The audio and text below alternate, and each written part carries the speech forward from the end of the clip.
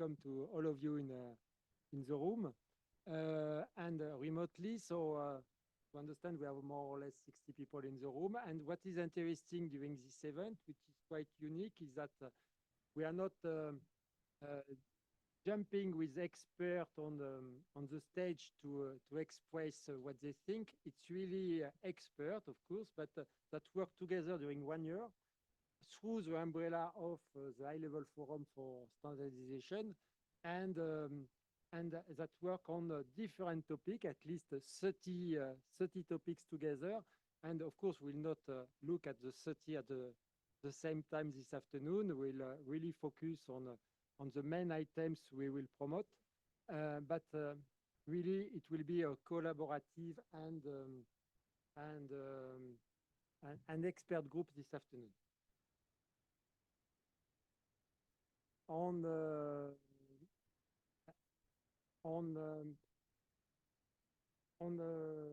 mission. So the mission of this event and the group we manage during 1 year was to gather together different parts of the electrical society.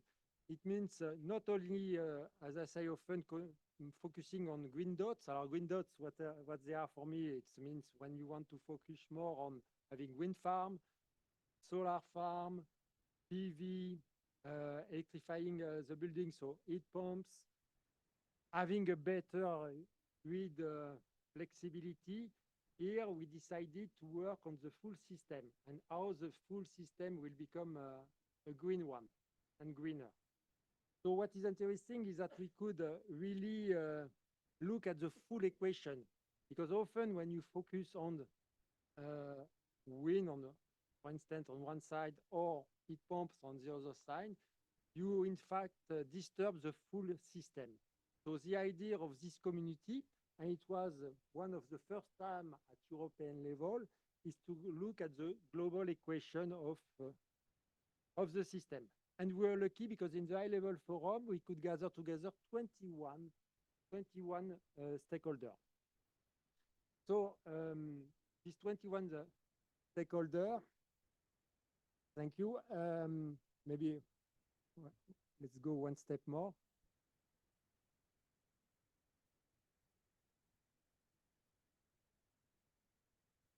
The 21 stakeholders gathered together the full screen of the electrical sector. By full screen, I would say we have the member states, and the member states, in fact, the member states could bring their view of a national electricity system. First, Jennifer is on the screen. This is the agenda, so I do it a bit live.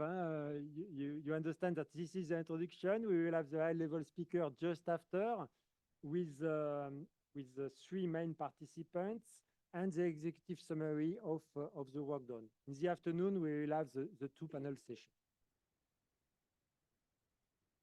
So, we are lucky, as I say, because we have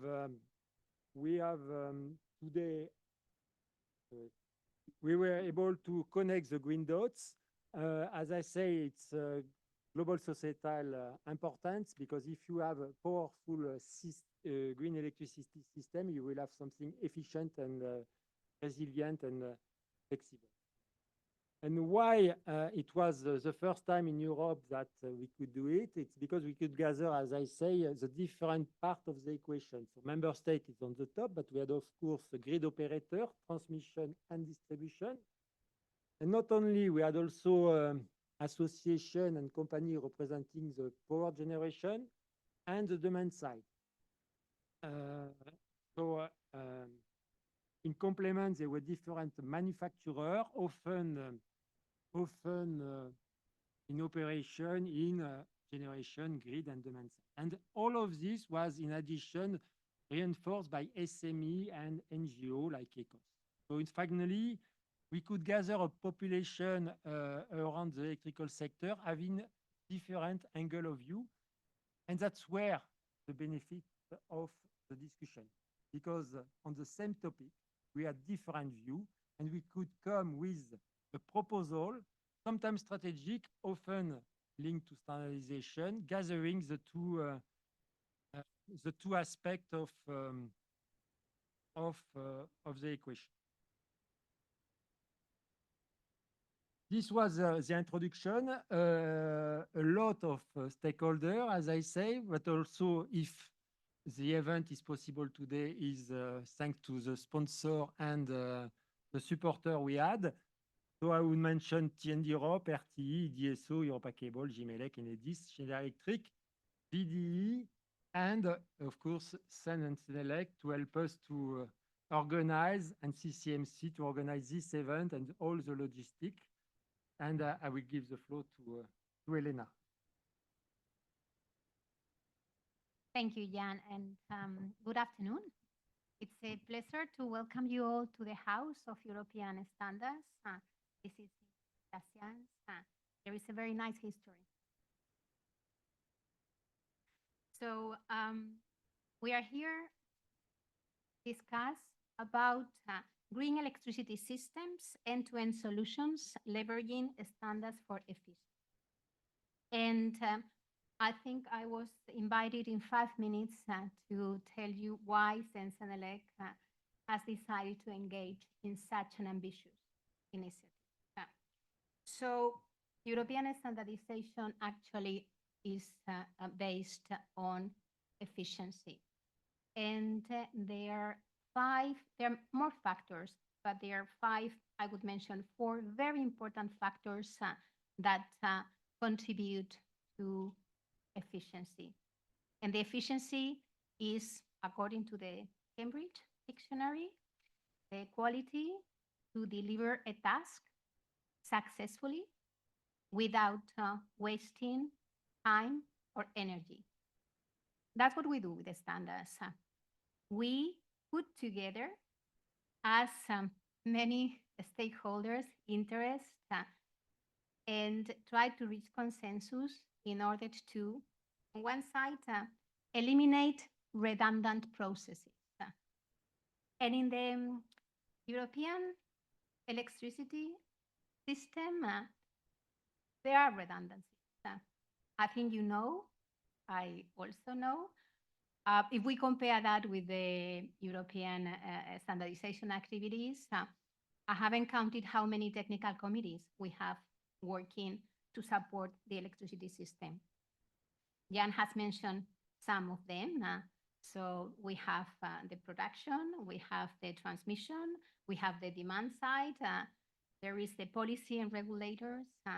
It is important that standards help us to identify where we have redundancies and where we can support more efficiency in the Green Deal and the energy transition.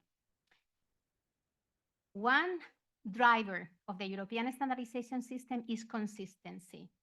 And I don't know if you have had the chance to hear me speaking, but I always say we need a consistent portfolio in the sense. And this is our added value. One European standard adopted by all the members of SEN and SENELEC withdrawing national conflicting standards. The challenge we have in this initiative, it is very, very important because we are not only talking about a portfolio of European standards, we are talking about many different interests that have been working very positively to contribute to the European standardization system and that we need to put together to agree on common objectives and to make sure that whatever we deliver is consistent. And here, I think I really would like to thank the European Commission, the European Standardization Strategy for the high-level forum, because we are framing the high-level forum context. And the idea here is to ensure consistency, is that we have got European policies and legislators, and we have a market. And we need to convert on the objectives. I mean, we have heard about the COVID crisis, the energy crisis, the Ukrainian war. all of that is really putting a lot of pressure on the European economy to be resilient and to make good use of the resources and to avoid inconsistencies. What we need to do is first to agree on where we want to go. And once we know where we want to go, let's make sure that we work all in the same direction. And this is something that standards can do. And it's very useful that we have such an excellent team of experts working here today. Management of a strategic relationship. This is also part of efficiency.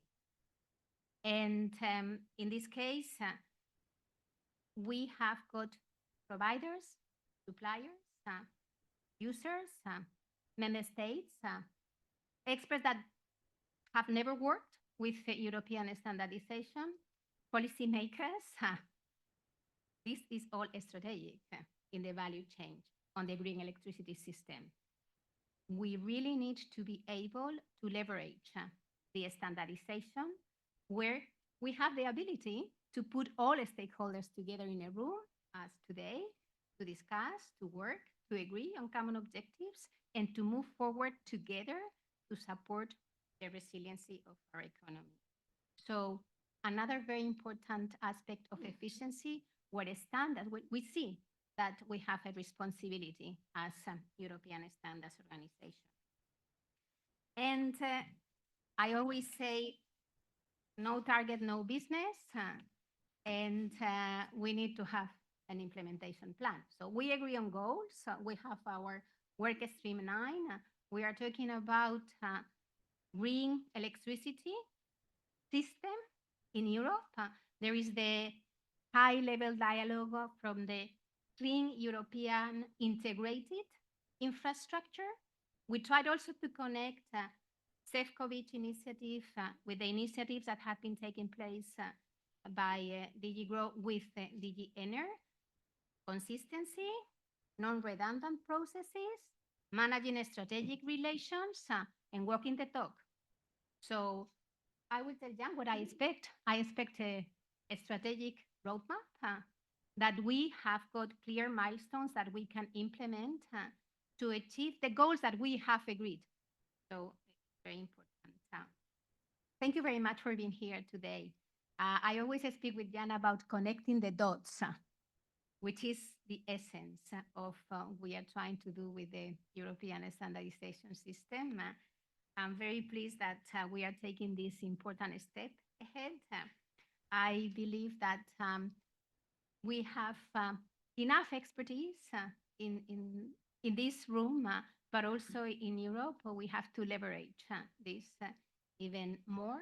And I invite you to be provocative, to make as many questions as they come to your mind, and to enjoy the workshop today, which I do hope can take us further in a resilient economy that is also based on green electricity. So thank you very much. And the floor is now the next. Thank you. Well, thank you very much, Bilan and Elena. I mean, you've certainly set the stage for what we're here to talk about. But our next three speakers will delve even more into the importance of the high-level and, of course, of Team 9. We're going to hear from the European Commission, two speakers, Joachim Balk of the Unit for Infrastructure and Regional Cooperation in ENER.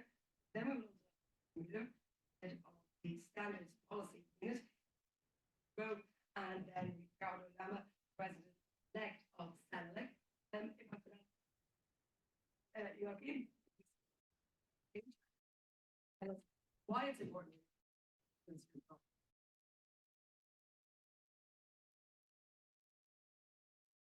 Okay, thanks very much. Slides I don't have, but I'm nevertheless very happy to be here. I have to say, for me, it's the first time that I'm in the House of Standards, as I learned it's called, and it's a big pleasure, I would say, to be here, and perhaps also to speak to a slightly different audience than the ones that we usually tend to speak to. And I think that in itself is, at least for me, a big advantage of being here today. That I hope I will learn a lot about your work, because we, I think in DG Energy specifically, who are perhaps not dealing with standardization every day, have, I would say, come to appreciate more and more the importance of this work, of you specifically. And in my, I promise, very, very brief words of introduction, I'll come to the end to the point where I think our agendas do overlap most directly.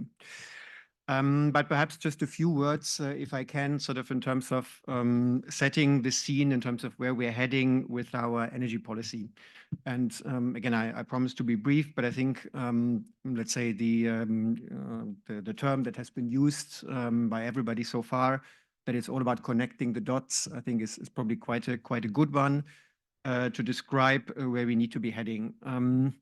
I think there is clarity in where we want the energy system to be heading, and I would say that this direction also hasn't changed.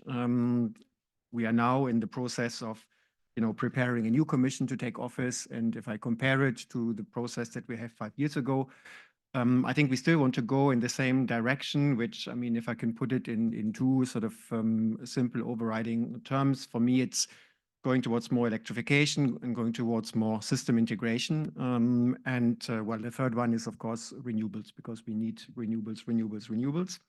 I think the direction is clear, but what has perhaps changed a bit is the emphasis on what I would say is competitiveness and affordability as we go along that path. And I think that's actually a very challenging policy objective, but one which we have to take very seriously. And the only way that we can combine the energy transition, which we want to do very fast, for which we need to trigger a lot of investments very quickly, and competitiveness or affordability, is by being as efficient as we possibly can in how we do this energy transition. And I think that does require, first of all, that we have a sort of much more integrated approach towards addressing the challenges of this energy transition. And it also requires perhaps that we do bring the actors together in new formats. And I think that's probably one of the main sort of advantages of your work. Just sort of two quick comments on these mega trends, let's say. So renewables, we certainly need to accelerate their penetration much further and be much faster. But we have seen quite a surge in renewables in the electricity system, specifically also, again, I would say after the invasion of Ukraine, which has been really sort of a wake-up call in many senses. To the point where now, in the first half of this year, for the first time, we had more electricity produced from renewables than from fossil fuels. So I think that's an important sort of waymark, and it shows we're moving fast in that direction. It's not quite the same with electrification. Here, we're actually a little bit behind, which is probably also linked to a certain extent with the question of prices and competitiveness. But it's clear that here, I mean, in our estimates, we need to double the share of electricity in our energy consumption. And at the moment, that share is quite flat. So I think that's a part of the way which we still have to sort of move on more, faster. Now, there are lots of things, of course, which have to change. We need much more flexibility in the system, both on the supply side, thinking of storage and other technologies, but also in particular on the demand side. Certainly the consumers will have to take a much more active role. But I mean, the element on which we, and I'm speaking a little bit for our unit, has been focusing on very much is basically what links demand and supply, which is the grids. And that has received a lot of attention over the last 2 years, I would say. In our view, of course, is our topic, rightly so, because it's true that the deployment of the grids has probably not really been up to speed, or has been slower than the changes in the generation and, to a certain extent, consumption patterns. And that again is, as we currently for the system as we currently have it, is a cause of inefficiencies in the system. It means, you know, we are curtailing a lot of renewables. It means we have a lot of connection requests that we cannot satisfy. And that means ultimately that people pay more for this energy transition than necessary. So hence the importance of grids, and we've tried to address it through the Grid Action Plan, which we published last year, or a year ago actually, which looks at a range of different dimensions, how we can try to bridge that gap and be faster with the rollout of grids and their modernization. And I just briefly touch perhaps on on three elements in that context. So first of all, if we want to roll out grids, if we want to deploy grids, the probably most important factor is really planning, because electricity grids, you know, are more of the individual pieces of the puzzle, but they're a common system which needs to be rolled out on the basis of long-term forward-looking plans. We have planning systems, but they're not yet perfect, perhaps in particular, because we need this kind of forward-looking planning on all levels. So not only the, let's say, the transmission level, but also the distribution level. And that is often still quite challenging. We also need that planning to be more integrated. And again, it's about connecting the dots. So we need to link not only the different sort of voltage levels, but we also need to link the planning between the different parts of the energy system, so electricity and hydrogen in particular going forward. And all these elements are not yet sufficiently addressed. If we don't manage to improve that, we will probably continue to lag behind with the grids. And this is because simply the time to deploy grids, specifically at transmission level and at cross-border level, is longer than the time to deploy a wind park, or let alone put a solar panel on your balcony. So we need to be very forward-looking in the way that we roll them out and plan them. Then secondly, it's about better usage of grids. So it's not only about more copper or aluminium, it's also about, let's say, making the grids more digitalized, and let's say, again, allowing their operation to be more flexible in a way. This, again, is a topic which requires very close collaboration between a range of actors. Certainly the grid operators, the suppliers of new technologies, but also the regulators. Grids are regulated business. So the incentive to actually roll out new technologies, which will help to be more efficient, depends very strongly on the regulatory framework. So again, it's a good example why you need different actors to come together to work towards that objective. And then the third element that I wanted to mention, and this is the one where I think you know, our cooperation is perhaps most directly beneficial and obvious, is then on the industrial dimension, because we have also come to understood in the last years. I mean, industry has known it for longer, obviously, that we are not yet ready, sort of from an industrial base point of view, to produce simply the materials, but also, of course, you know, the more advanced technological elements of the system quickly enough and at the necessary scale to be able to modernize our grids as fast as we need to do it. And that does require also that we create new forms of collaboration between the technology suppliers, again, the grid operators, those who will be ordering the new hardware, but also bodies such as those here in the room today, which can look in particular at the question of can we either standardize or at least streamline, let's say, some of the requirements, some of the specifications that are used by the grid operators when they actually order their products. We have a situation today where when we talk to grid operators, they tell us basically every grid operator has their own specifications. Sometimes even every grid operator has several of them, depending on whether they're present in different areas.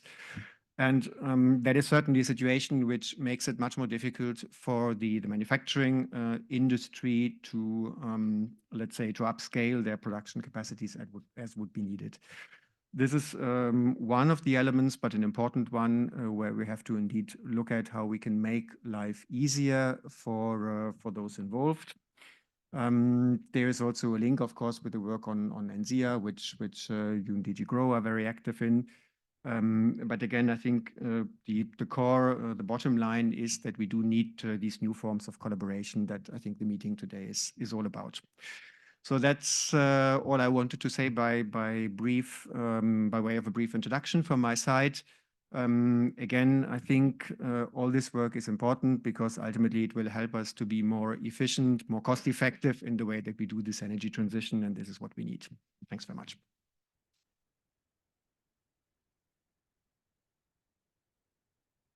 Okay, thank you. I actually also learned something, so this is very good. Now, I think I will just take a small step back actually and shortly talk about now what, why standards and why the high level forum, right? And what are the next steps? Because I've heard also from Joachim two key words, and that is the focus is very much on competitiveness, on using the scale of our internal market to now scale up and roll out the innovative technologies that we need if we want to master the clean transition, and hopefully also have an international competitive anchor to that. I remember, was it 2 years ago, Jan, when we launched the high level forum? Yes, correct. You know, we set this up because we wanted to do 3 things. The first, to elevate the debate, to capture the strategic dimension of standardization that is attached to the challenges we just heard in your sector.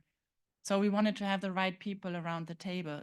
But the second point was as well to really have a governance tool that allows us to anticipate and to use in a stakeholder-driven format the breadth in Europe to then also inform policies and ultimately standards. It is very much based on a discussion we also had in our task force with Elena and the representatives, where we felt there was a bit of a disconnect between what we do at policy level. You know, we are doing our policy strategies, our funding, etc., legislation, and then very often here we are from a standardization community. And we felt we needed a governance space where we bring everybody together so we also speak the same language and we're on the same page.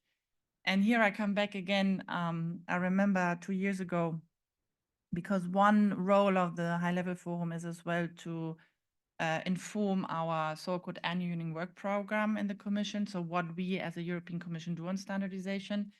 We consulted our draft and Jan was like, this is all very nice, but where's the future? And this is it.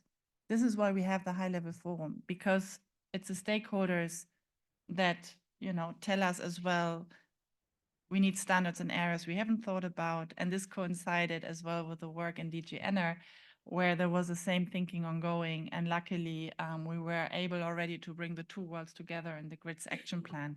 So this would be my first message, that the high level forum is here to work in a stakeholder-driven format with the member states, with the policymakers, with the innovators, to then also inform based on the industrial needs, the standards we need to develop.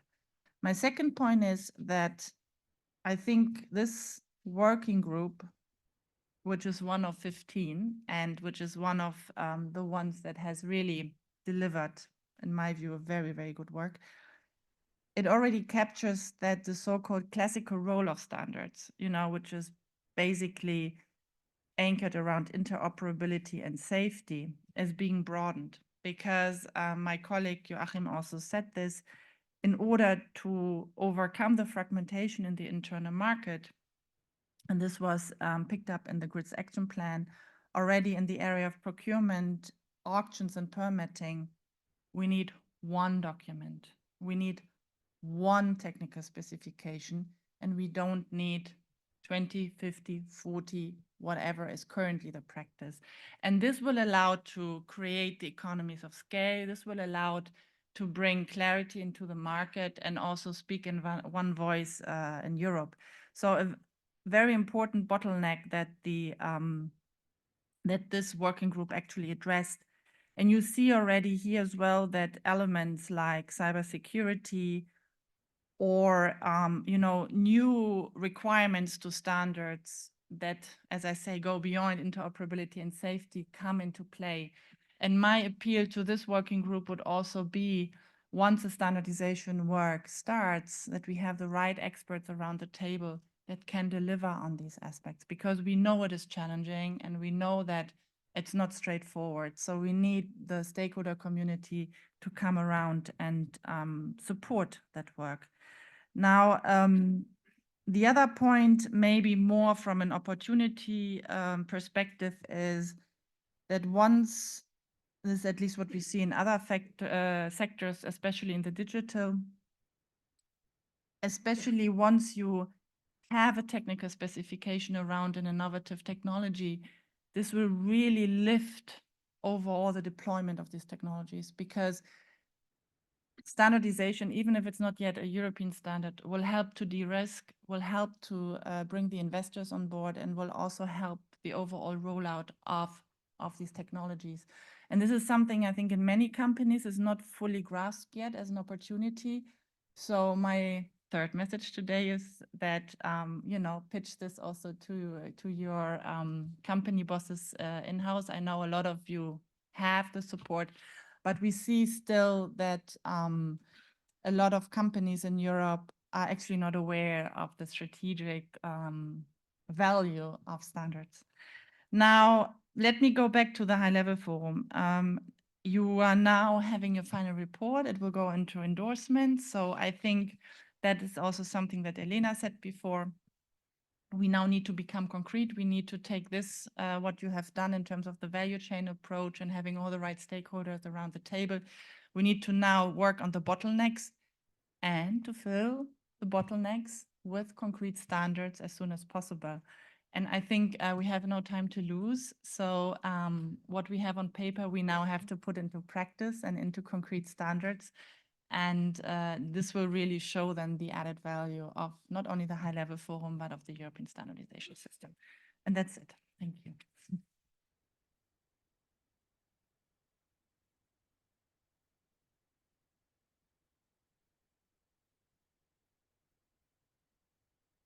Good afternoon, and also from my side, welcome to this meeting.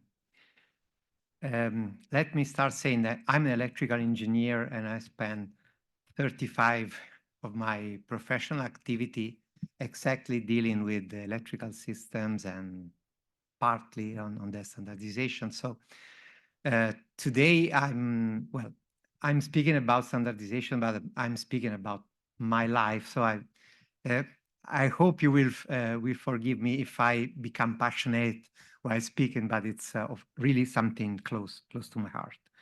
First of all, even with this attitude, I think it's important to acknowledge how relevant is this topic and how grateful we must be towards the European Commission, DG Growth, for establishing this ecosystem in which we are operating, and when it comes directly to this topic, to DG ENER for contributing to this cooperation, which, as it has been said, is not so commonly found in international level.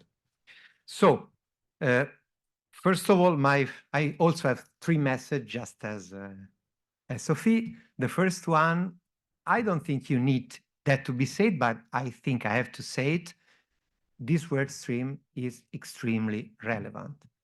It's extremely relevant because energy is extremely relevant.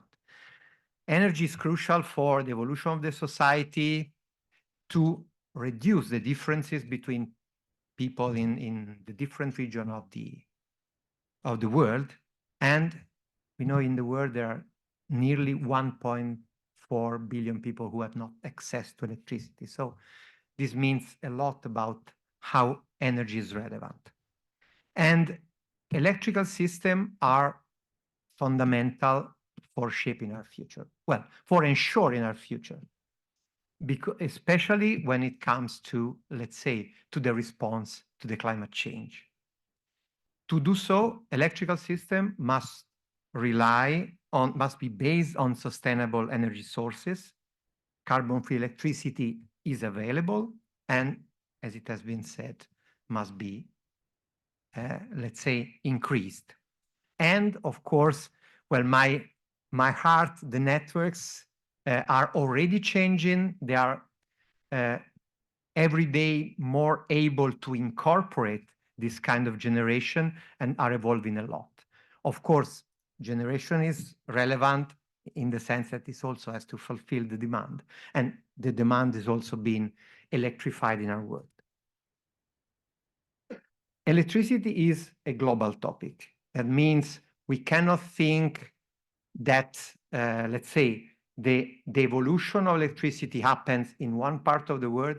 That means that electric standardization in electricity in Europe must be also linked to the international standardization in order to be more effective. But Europe plays and has played a key role in the world when it comes to the energy transition. Europe historically has been a leader in the green approach to energetics, aiming at carbon neutrality by 2050 through its strategies.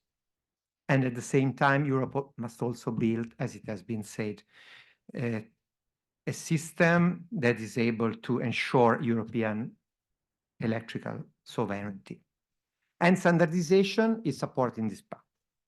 For more than 30 years, Europe benefits from the new legislative framework that designated standardization as a crucial pillar in the construction of the single market.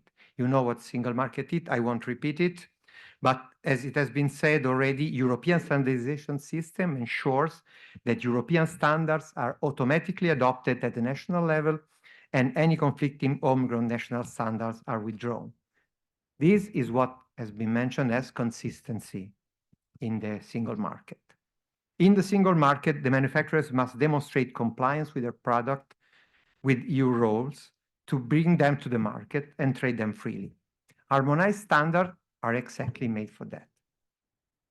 And then I come to my second message. The objective of Work Stream 9 to identify gaps and explore opportunities connected to standardization in electrical systems are challenging, but rewarding one, in my opinion. Electric systems are, as a starting point, a somehow mature environment in which, however, new technologies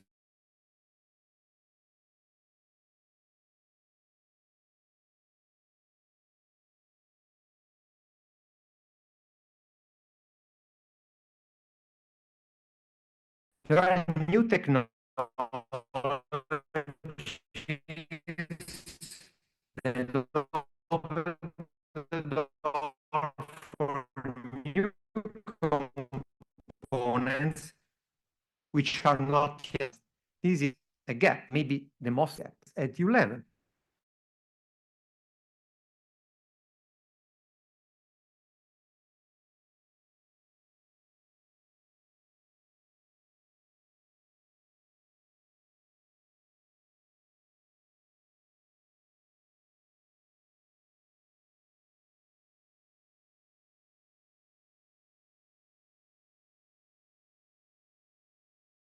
Let me elaborate a little bit.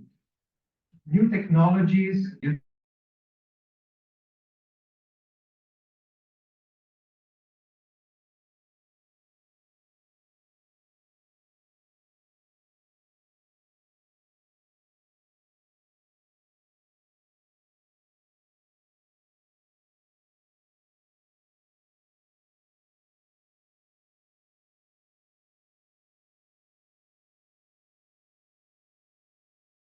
by photographing prototypes that at the this implies to start defining a standardization environment, terminology, interfaces, then in due time shifting to component standardization and finally defining system operation standard. That's the normal process to be followed. On the other hand, established equipment usually accounts for most investment made within the sector. In this case, the mere existence of a standard does not capture all the economic benefits that harmonization may bring. Mature and already standardized technologies for which the harmonization process has not yet been activated may be an incredible opportunity to easily achieve huge economical advantages for EU manufacturers to the cost and time reduction mechanisms linked to the presumption of conformity. There are already initiatives by TSOs and DSOs Association to define and use a common set of materials, of components, of equipment to reach economies of scale and help manufacturers to better plan their activities. This is not standardization, and decidedly it is not harmonization. However, it shows there is a need for efficiency and cost reduction to enhance the compatibility with other components and really achieve the possible economies of scale. A convergence in testing procedures and implementation of the presumption of conformity assessment principle is to be deployed. Standardization is also needed at the level of electrical systems that, as I mentioned before, are evolving due to the change in generation sources and due to the new available technologies. Defining performance requirement is important, but definitely not enough if we do not ensure including them as an essential part, but still as a part, of the wider standardization process. Our workshop today and the group of experts that is meeting here provides a good opportunity also to discuss such critical and maybe even controversial topics in which, I repeat, finding a balanced trade-off between different kinds of priorities is not always easy. The high-level forum has been the trigger for gathering a good part of the electricity sector around the project to work hand-on-hand on the system through a common goal standardization, and we are expected to provide sound and robust deliverables rooted in technical expertise. And there I come to my third and last message. Results are coming from our common commitment. At the high-level forum for standardization, CEN-CENELEC led Workstream 7 on wind and co-leads Workstream 11 on PV. I personally appreciate the work done, the results already made available, and the ones for whom I have some anticipation. My perception is that by having CEN-CENELEC people operating in close connection with experts from industry, academia, and society, these two work streams have been or will be able to deliver in due time conclusions and recommendations that can be successfully translated in the standardization environment. As for the deliverables of Workstream 9, I found in the draft documents recommendations for which I struggled during my entire professional life, or part of it, and I'm eager to hear them effectively expressed by those who suggested them. These results make me confident it will be possible to move further in 2025 with even more action. I'm persuaded the Workstream 9 members are committed to that. They can be sure that CENELEC will continue supporting them. Have a fruitful workshop. I will sit down, listen, and learn. As someone said, if the Almighty God has created us with 2 ears and just one mouth, there must be a reason. Thank you.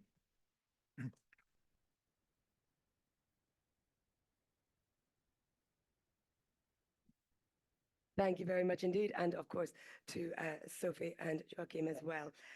We're going to go to our first, if you like, panel type of discussion, because we're going to look at the recommendations.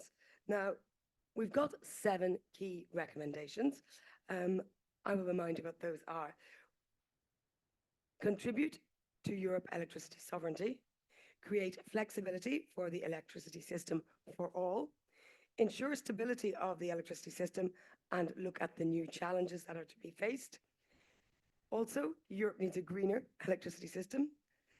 Develop a dedicated program at EU level for setting the general European policy. Improvement and simplification of processes, and then, very generally, inclusiveness to provide the benefit to all. Now, I'm going to invite to the stage to join me 3 of our representatives from the high-level work stream. Diederik Pereboom, Secretary General of T&D Europe. Please, Diederik. Also, Helena Le Goff Zajovic, who is Director of Technical and Standardization at Eurocable, and Johanna Stein, CENELEC representative of PDE. And can we get maybe some microphones for our speakers? That would be great.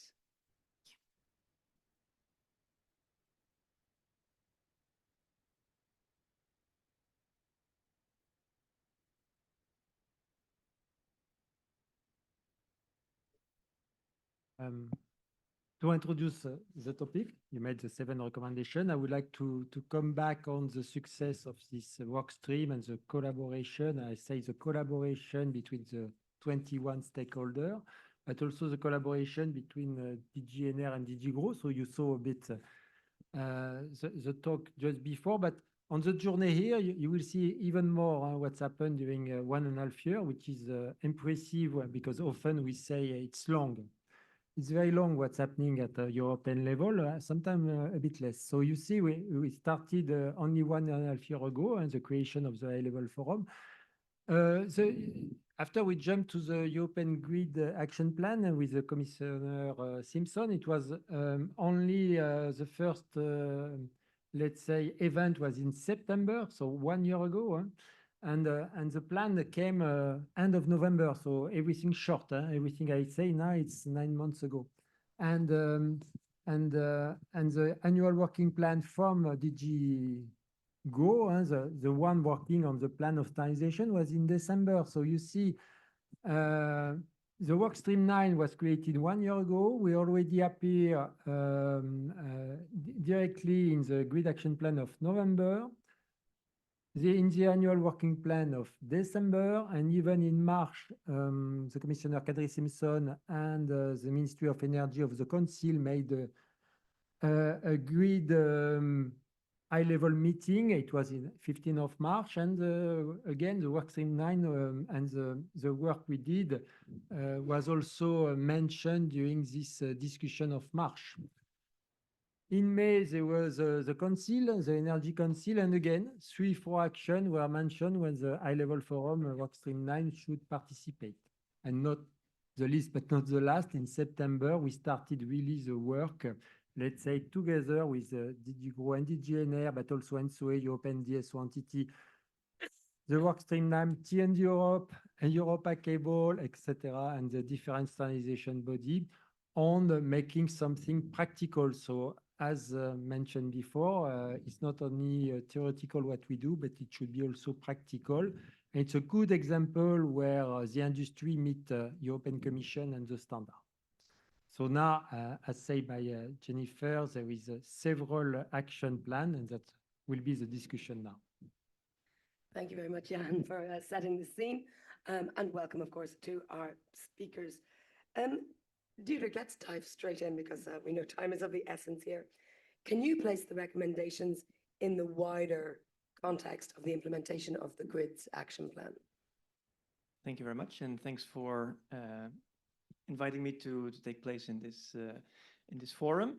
I think placing it in the wider context, I think some of the previous speakers have done that very, very well and very eloquently. I think my immediate point that I want to make, and I'll come back to your question, is I think what this group has done, this workstream 9, I think they have pushed the discussion on the energy transition and how to make it happen to the next level of detail, if you wish, in terms of making it more practical. And I think it was with tremendous foresight, because let me start with one quote and see if anybody recognizes it. Energy is a key driver of the European Union's competitiveness gap vis-a-vis other world regions. Anybody knows where this quote is coming from? Correct. I don't know what your prize is, but you won the prize. It's indeed, it comes from the Draghi report that was recently released, and it's the first sentence in the report. And I think when I prepared for this session, I thought, yeah, that's very nice, a new statement. And it kind of singles out how important the work of this group is, and of all the work that's going on in DG NR, DG GROW, and other places. Because I think what we've started 5 years ago with the Green Deal, with the ambitious program. In the meantime, we have lots of European legislation. We have the Grids Action Plan, to more precisely. We have the Draghi report, all very important in setting the scene.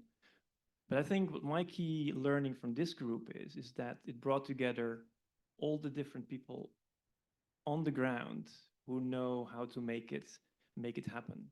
Because from where we sit, or certain politicians, things may sound and may be very easy to put together, right? Sector coupling, and you can make nice communications and statements about it. But at the end of the day, we need to have something that makes sure that the different parts, the different dots are connected. And I think that's where this group comes up with a number of relevant suggestions. But even more, I think the process that this group has gone through is establishing a community that now knows each other. I would even say that now trusts each other. And I think that's tremendously useful because, as we've heard from the Commission, we need to speed up. We're lagging behind on certain points. So we now have this think tank, this brain trust. So my call would be, let's try to find a way of doing something with it. Let it not kind of finish with this report, because I think that would be a waste of resources and time that was invested in it. So I think that would be my key point. I think the context has been described also very well by previous speakers, so I'll hand back to you. Well, we'll turn now indeed to Elena, because the industries are, of course, very diverse. So tell us which recommendations, pick a few, best fit your industry. So Europa Cable represents the largest cable and accessories manufacturers in the world, and many of them are European. We represent highly specialized small and medium businesses and very large companies.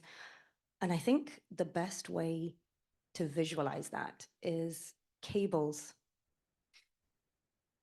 snake around from generation, the bulk generation, electricity generation, the renewable electricity generation, through the transmission and distribution grids, and get to our industry. They deliver to our homes and to all of those smart and non-smart electricity applications that we use every single day. So, as cable manufacturers, we, let's say, cover very much the whole of this end-to-end electricity framework. For our sector, therefore, I think the first contribute to European electricity sovereignty is one of the most important. And the horizontal topics, so 6, improvement and simplification of processes, and 7, inclusiveness to provide benefits for all, are the 3 that I would like to point out. Now, just to go a little bit deeper into those 3, I'd like to really point out that Europe already provides a very, well, within Europe, we already have everything we need for electricity sovereignty. Today, we have subsea cables, we have land cables that transport the power. We have cables and the technology to come from ocean winds and to deliver that electricity to homes. Cables secure electricity sovereignty to 500 million Europeans. But how do we do that concretely? So the technologies and the expertise and the people need to, we need to grow the skills and the capacity to maintain that sovereignty into the future. And to point out for,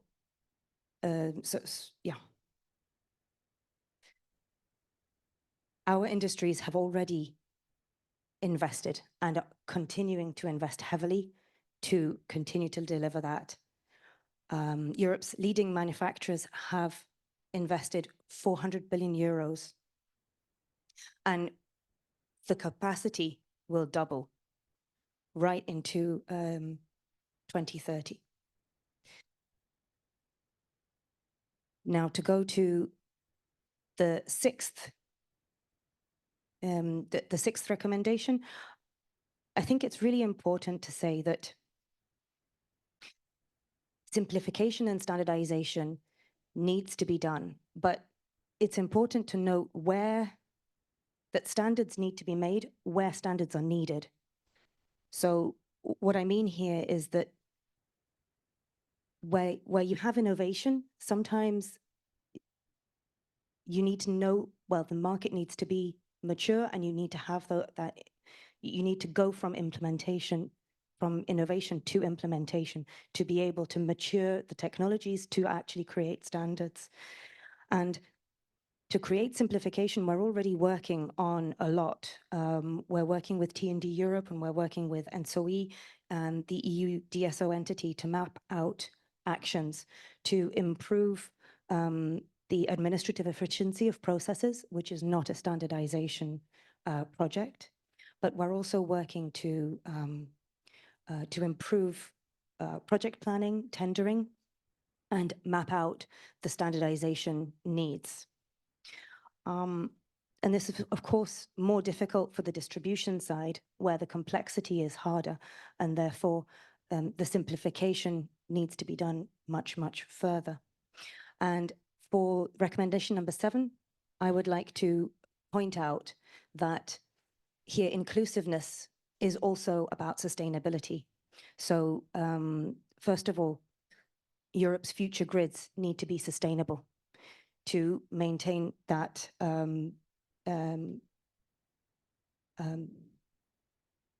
that inclusiveness and provide the benefits for everybody.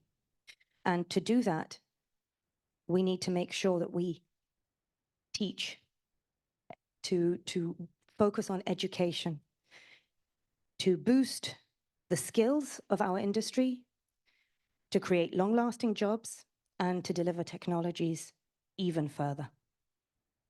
Thank you very much. I think you've highlighted quite a lot there on points 6 and 7. Johannes, let me ask you to talk more generally about the all-electric society. I know you're going to touch on coupling, energy efficiency, flexibility. Tell us a bit more.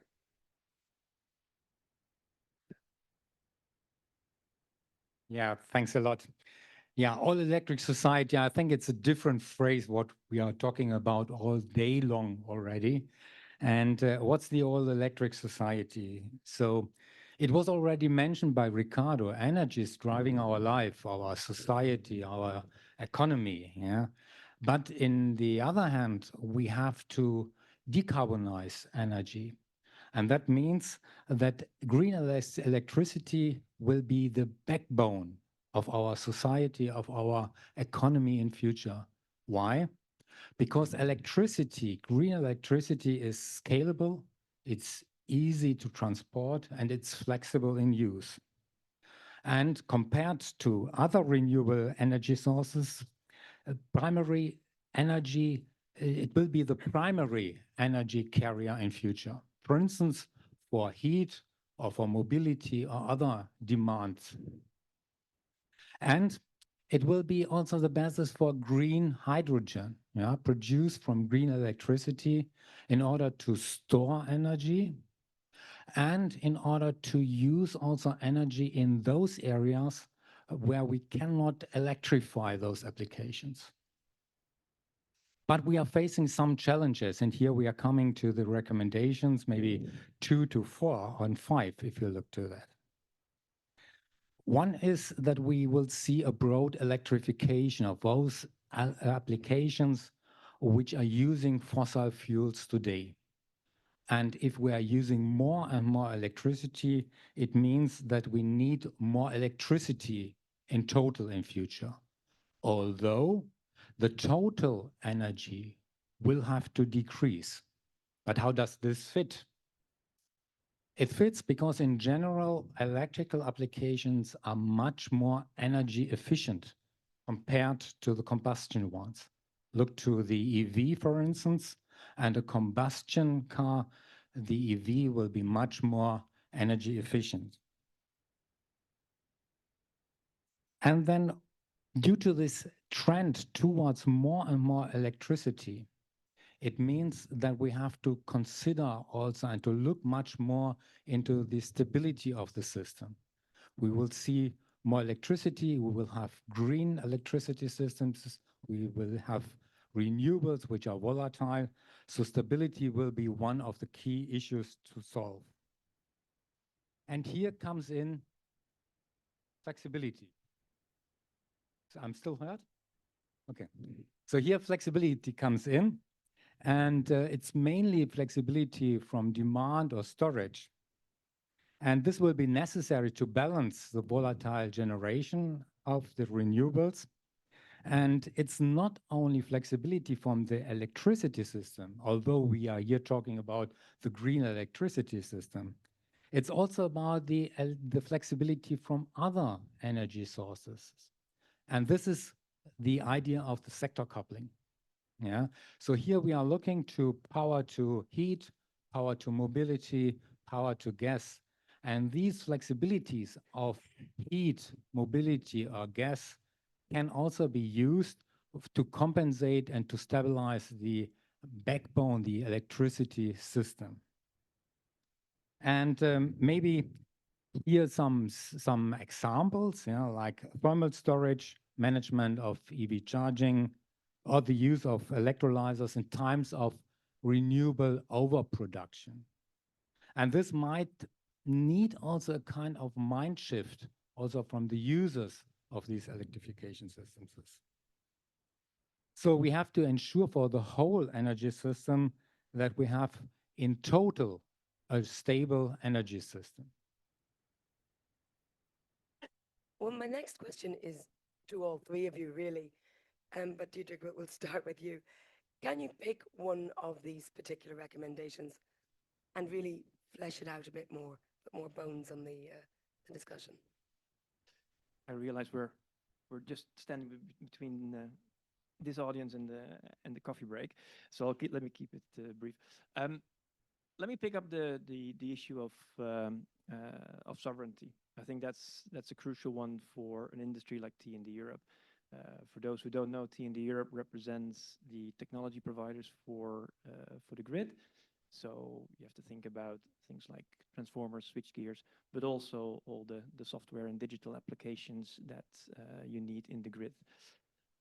So sovereignty is one of the recommendation that jumps out. I'm glad it stands on number one, and I think it's rightly so if you look at the political discussions at this particular point, and for good reason. Again, I mean, if you have read the Draghi report, he makes the case. I mean, he basically says the decarbonization, this whole effort that we're doing, can dramatically reduce our dependency and our energy bill that goes to countries outside the EU. And even puts numbers on how much gas and cubic meters of gas we can reduce.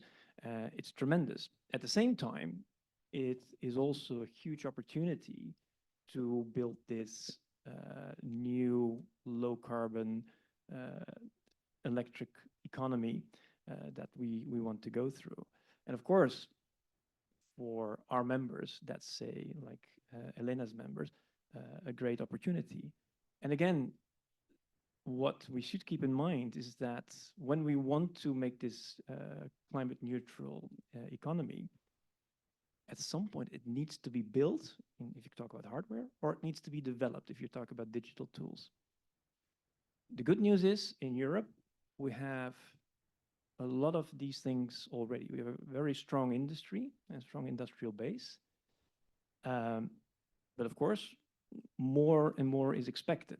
So let's make sure that that industry has the opportunity to deliver on the increasing needs. And for this, standards is one of the points that can help. As was said before by one of the previous speakers. If you standardize, it can kind of help to push the market. At the same time, I would like to underline, it's not the only thing that will help to drive the industry. One other thing that the industry very much needs is clarity. We're talking about a regulated market here, and there is a need for industry, before they can make their investments and make their investment decisions, to have clear visibility and commitments on what is expected, when and where. So I think that's an important element to keep in mind when we talk about sovereignty. But the good news is I think we have a very strong industrial base that can deliver all of this. But we're all should be aware that this is in a globally a global economy, because Europe is not the only one who's moving to an electric society and decarbonization.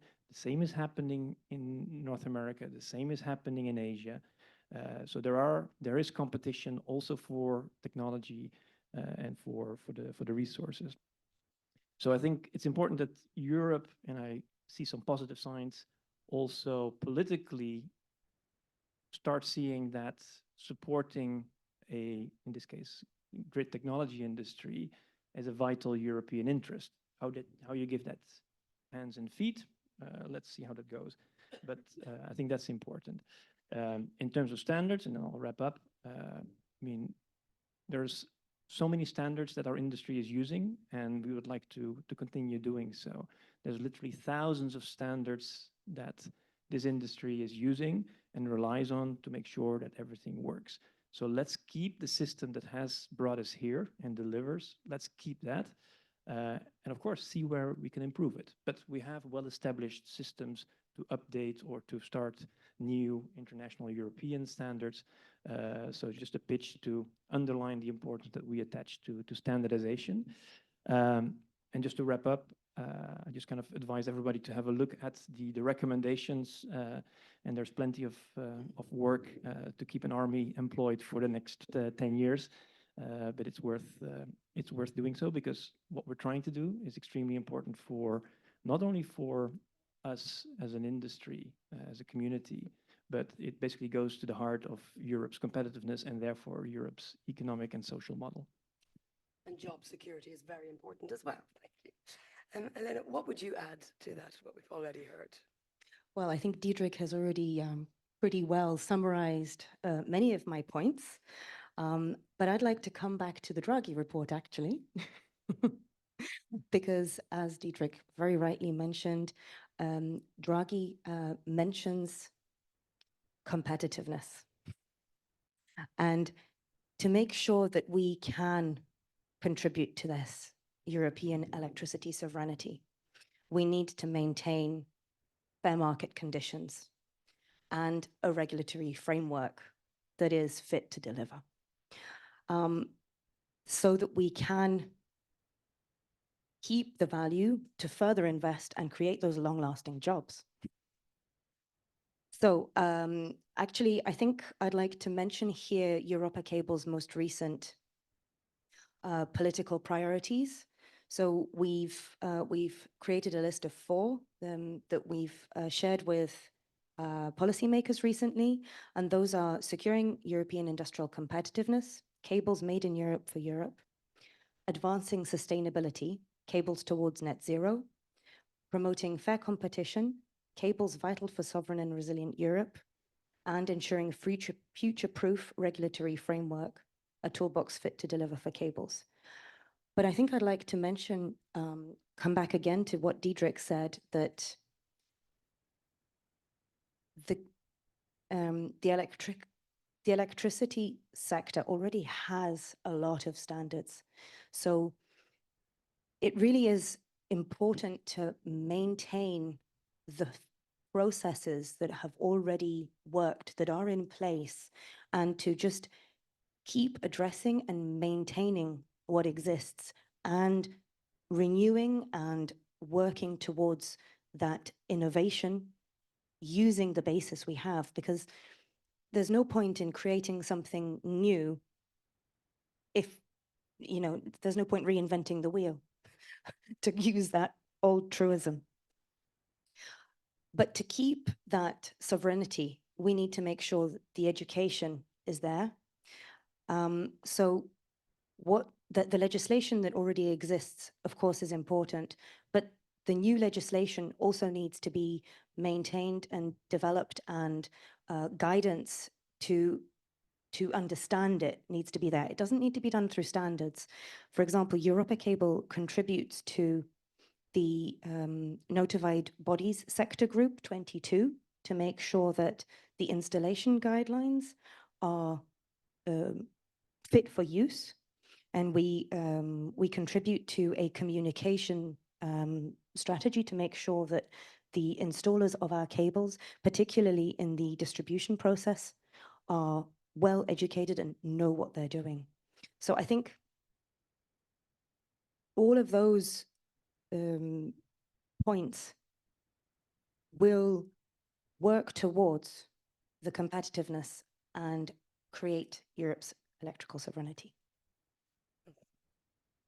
Thank you. And your thoughts, Johannes, pick one or two that maybe strike you as most important. Yeah, thanks.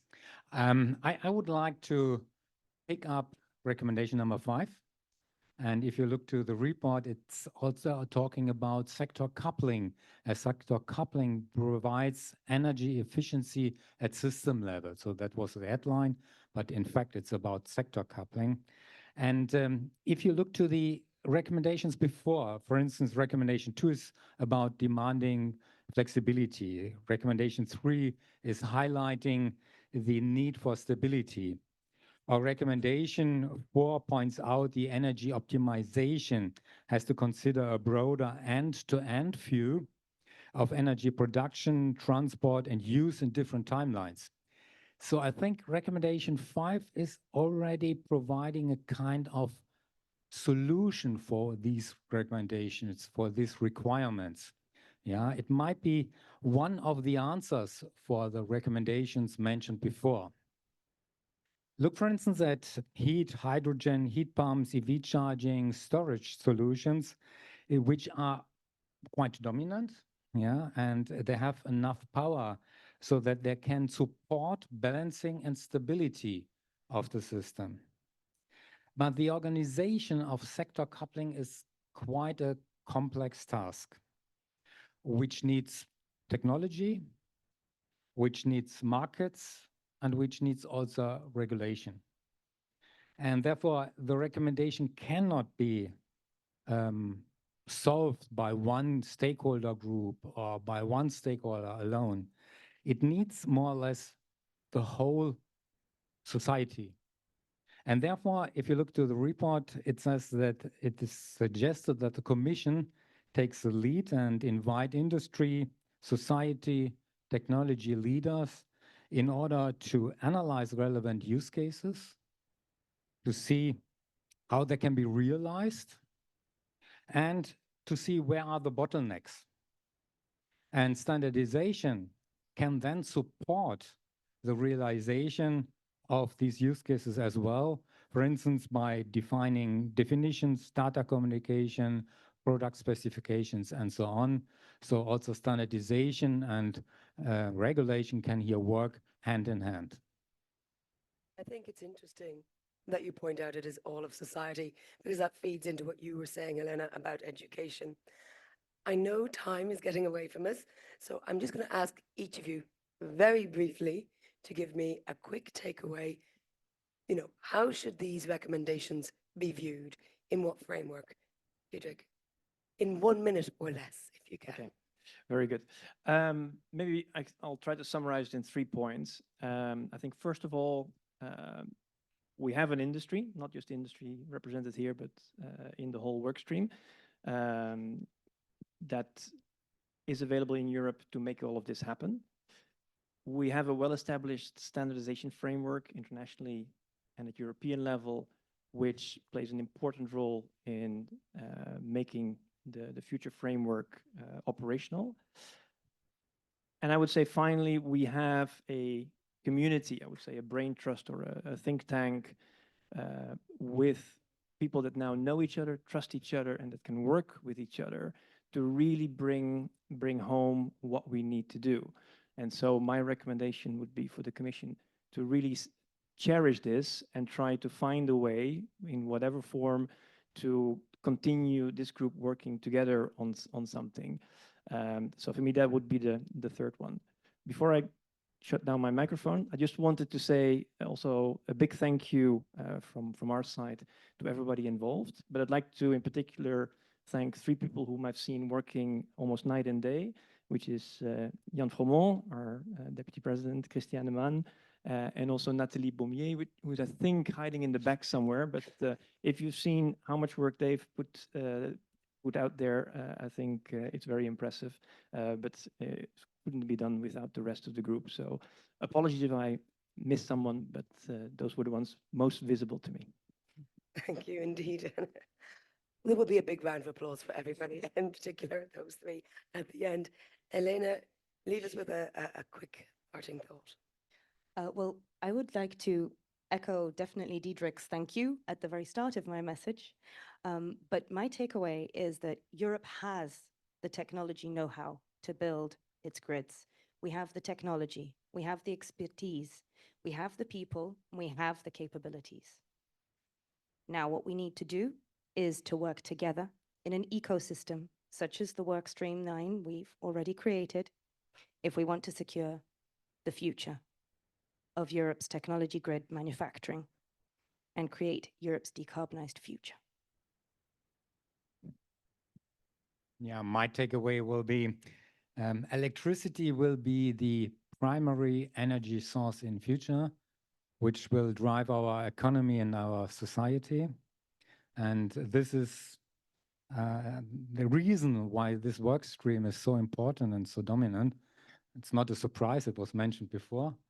And so I think the transition needs not only financial investment, it also needs investment in defining the right framework to ensure stability and to an overall optimization of the energy system. Yeah, I think that's quite important. And this complex task cannot be driven by one stakeholder, as said, and that's also the task of the group, where we have a lot of different stakeholders. And so it will be a task for the whole society. Well, before we go to that round of applause for our speakers, we're going to take a coffee break next, and we're going to come back at 3:15 for the first of our 2 panels, which will be on electricity system flexibility. And then our second panel will look to the future beyond low carbon electricity systems. So please be back here in the room for that. And for those joining online, I encourage you to go grab a coffee as well and be back with your thoughts, because I will be able to take your questions as well that you can write in the chat box, and we will have opportunity for everyone in the room as well to ask questions. So grab that coffee and be ready and energized in just over 25 minutes.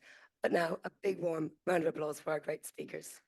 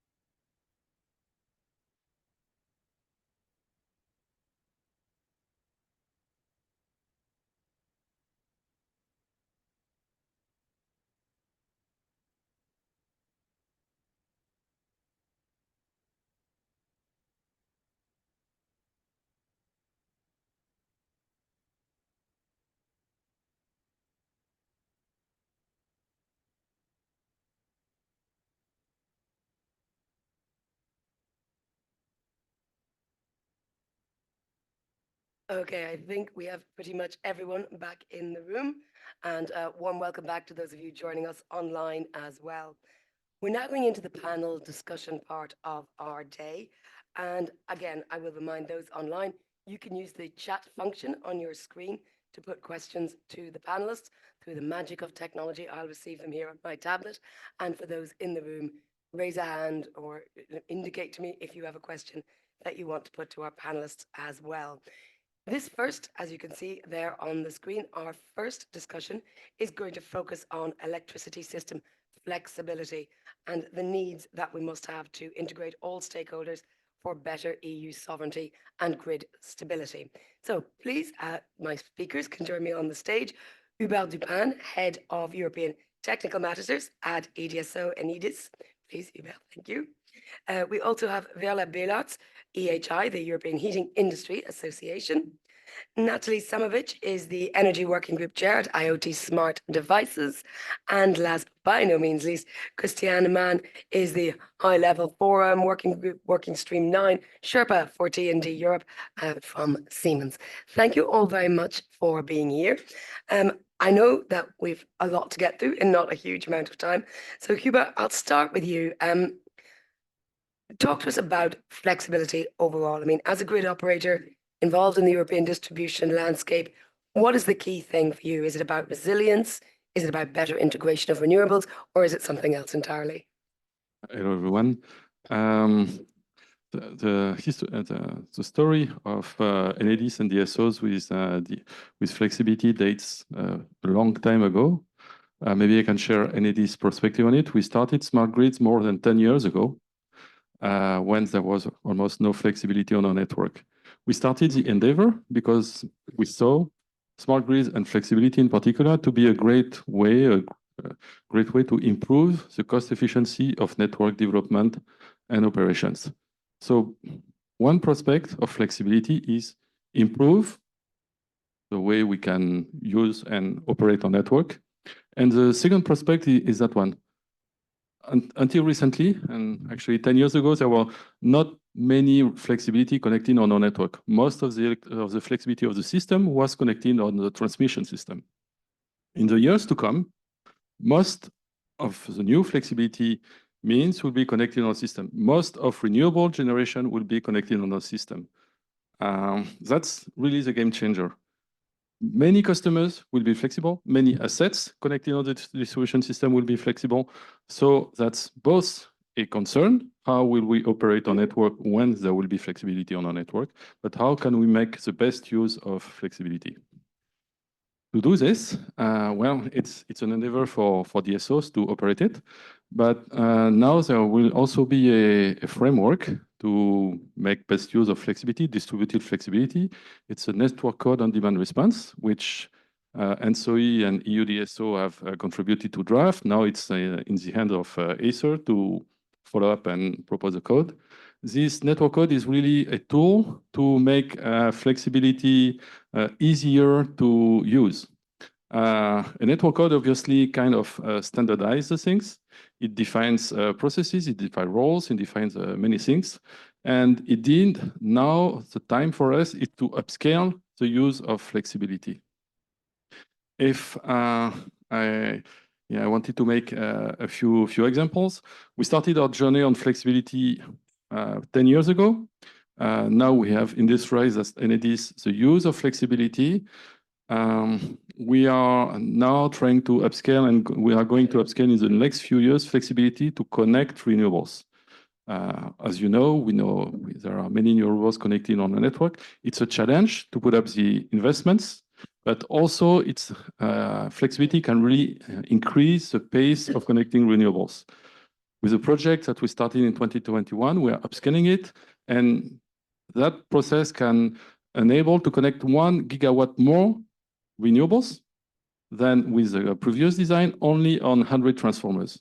We have 3,000 transformers at Enedis, so I don't know whether we can do a simple multiplication, but indeed flexibility is really a great tool to improve, accelerate, connect more renewables than with the previous assets. When it comes to standardization of exchanges, indeed, for me, my dream would be a plug and flex. If all those assets connected on the distribution system could be easily manageable by a third party or by the system user, by system operators, that would be wonderful. So we need to standardize the exchanges between the system operator, the flexibility service provider, the controllable resources. All these are matters to make exchanges that are reliable from an operational point of view, from a market point of view. And yes, we are in favor of increasing standards to describe all those exchanges. Thank you. Viola, let me turn to you. In the EU electrification, the move to heat pumps is obviously one of the big critical things that you're looking at, in the path to building and home decarbonization. Tell us a bit more about that and tell us why flexibility is important. Thank you. So yes, indeed, we represent the European heating industry. Part of this is hydronic heat pumps, and indeed, we see our sector transitioning from combustion technologies to electric heat pumps. And of course, I mean, well, a big boost has been given to this with REPowerEU, the communication that set targets for hydronic heat pumps of 10 million by 2027 and 30 million new heat pumps by 2030. Of course, I mean, adding those heat pumps to the grid in such a short time means a lot of new capacity will be necessary. And I mean, if that capacity is not there, it will be a barrier for the rollout of heat pumps. And at the same time, heat pumps can also be a barrier to the grid, because by adding so many heat pumps that need additional capacity, there could be problems with grid stability if nothing is done. So from that perspective, I can only say that it is very important that we all talk to each other. I mean, both the electricity grids and the end use sector, because without that, we will need to build very big grids, and we will need to make sure that that the heat pumps can be connected to those. Now, of course, if our heat pumps are smart, and if you can communicate with the grid and use electricity when there's an abundance of renewables available, then of course they can reduce the costs for grid adaptation and maximize the efficiency of the system. So that is a flexibility that we can give as an end-use sector, but also from your perspective, I mean, the grid, from the grid perspective, there can be an important benefit that can be leveraged as well for us, which is if the prices for electricity are cheaper when there are an abundance of renewables available, then the electricity bill for our consumers goes down, and they will find heat pumps much more attractive to install. So it's a win-win situation, really. I mean, where flexibility is offered together with dynamic pricing contracts, more heat pumps will be taken up on the grid, and all those heat pumps can react flexibly and help the grid in stabilizing and functioning properly with the capacity that is there today, and of course with additional capacity, but with the available capacity. Natalie, we haven't. It was just mentioned, actually, smart devices. I mean, we know that nowadays are absolutely critical to citizens, but from your perspective, what are the actions that need to be taken to really get the best, to really integrate? And, because this panel is about flexibility, tell us a little bit viewed through that prism. A lot has been said already in terms of the smart energy components. I will approach it on the grid level and on, smart energy devices as well. But I will approach it from the infrastructures, smart enabling infrastructures, which are not homogeneous. And there is a lot more standardization that needs to be done at that level. I will use another quote from the Draghi report, just to set the context. Decarbonization offers an opportunity for Europe to lower energy prices and take the lead in clean technologies.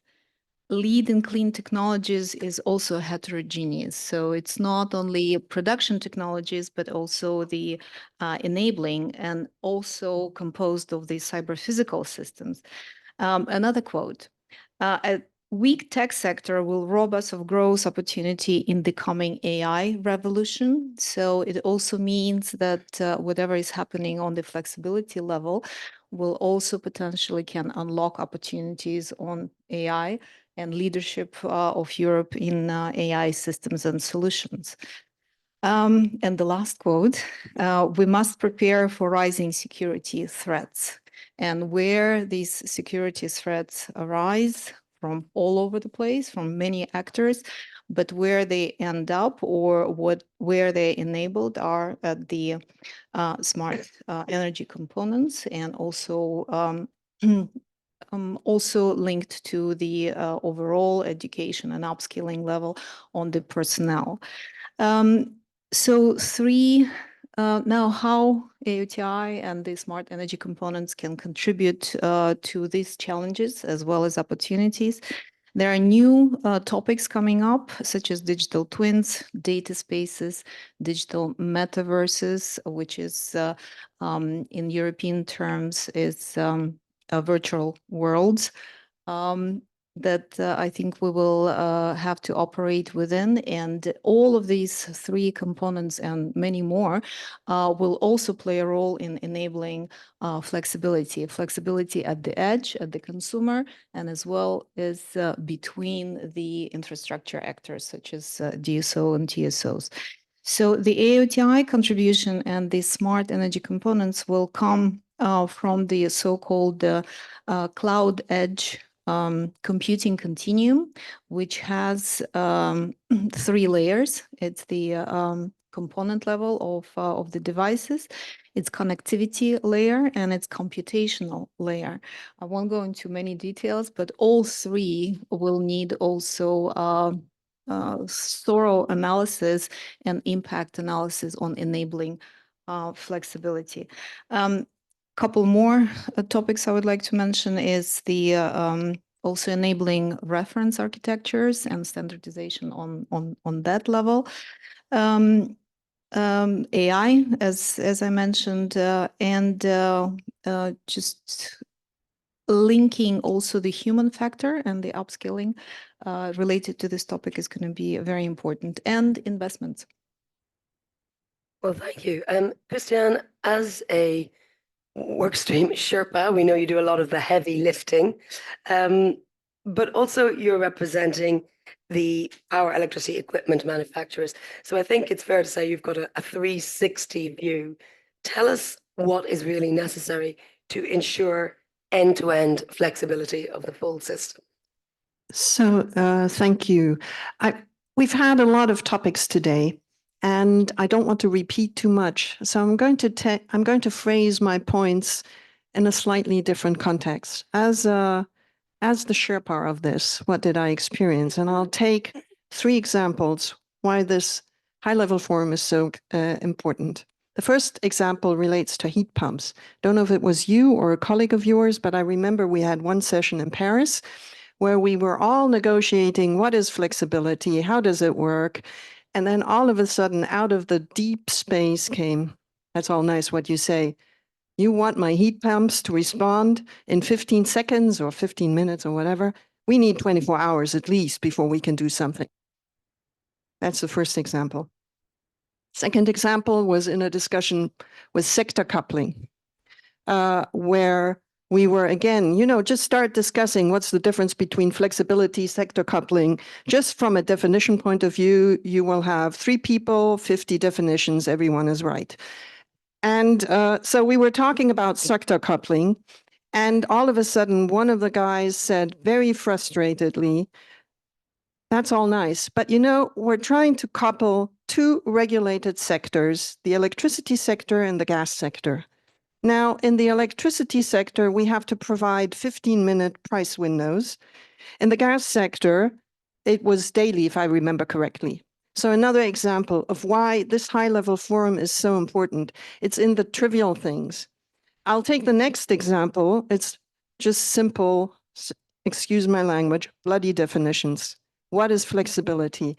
I'm sure if we were to pass around the microphone here, everybody would have at least 1 or 2 or maybe 3 definitions.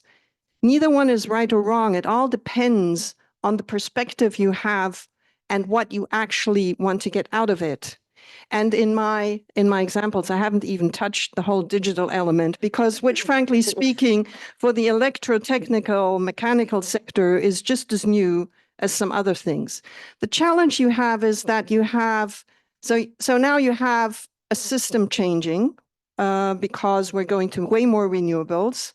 Then you have adjacent sectors. I call them adjacent sectors. That's EVs, heat pumps, you name it, whoever wants to join. You have aggregators coming in.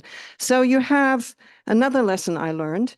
You have flexibility that can be, if you take the stereotyping extremes, you have grid-friendly flexibility, which is simply about focusing on balancing supply and demand. Don't worry about if anybody has a business model that works. It's the grid operators doing their job. Then you have market-friendly flexibility. This is what the aggregators want to have. All the EV charging, groups that want to make money in the arbitrage of the price. What they want to do may not at all serve the purposes of the grid. If regulation and standards and all comes together, it doesn't make a difference. But if you look at it just from a systematic point of view, it could be fundamentally different. It does not have to be, it could. So in Europe, the European Commission has decided, the regulator stepped up and said, we want to solve this with a market mechanism. That's one dimension. It may or may not serve Enedis or RTE, I don't know. But this is a decision. That's the first decision. Now I would like to pick up what Ricardo said this morning, where you have technology/innovation, markets, and standards. While everybody talks about flexibility, I have yet to see functioning markets around flexibility. There may be pockets somewhere, but in principle, the scalable markets are gone. So now, typically, standards come in. So you have innovation, then you have markets, and then you have standards. Now we turn the whole thing around. We say we want a market. The regulator kicked in and said we have a market. In order to make it happen, we need standards. But now we have to find the right balance to still, to kind of standardize, but to still enable innovation, which is very tricky. By the way, develop standards, enable innovation, and still learn, because we're still all learning. And here I come back to kind of close it. I could talk on for this for hours and hours because I find it's very complex. It's not simple. But I'll close it with the words. This is where I see the value of the high-level forum. It is a forum where you can actually follow up on these little things between the lines. What do you mean? Your heat pump cannot respond in 15 seconds, but this is what I need. And then we start talking on practical implementation, and then we can actually define standards. So slightly different view. Yes, I could talk about Draghi. I could talk about all the things that have to come together.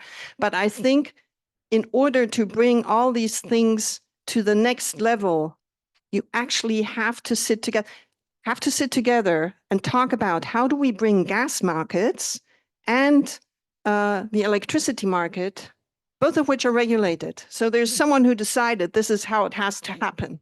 These people have to sit down and have to think about how do we want it to happen and going forward. So that was my points. Really, really well-made points, I think, highlighting, as you say, the complexity and the real life challenges. But we are going to stay with standardization, Hubert, because I want to ask you about which standardization would be beneficial to better value flexibility. I know you've got lots of thoughts that you probably want to build on from what Christiana said. Well, as we've heard, there are many stakeholders involved. There are system operators, there are system users, there are obviously manufacturers of hardware.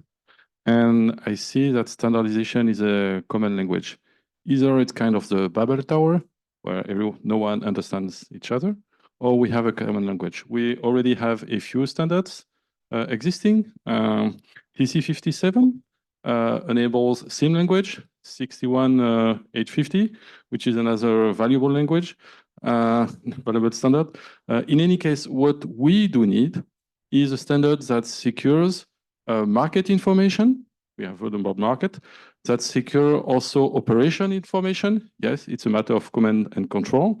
And also we need to secure cybersecurity because everything is about data and we need to have standards on all these things.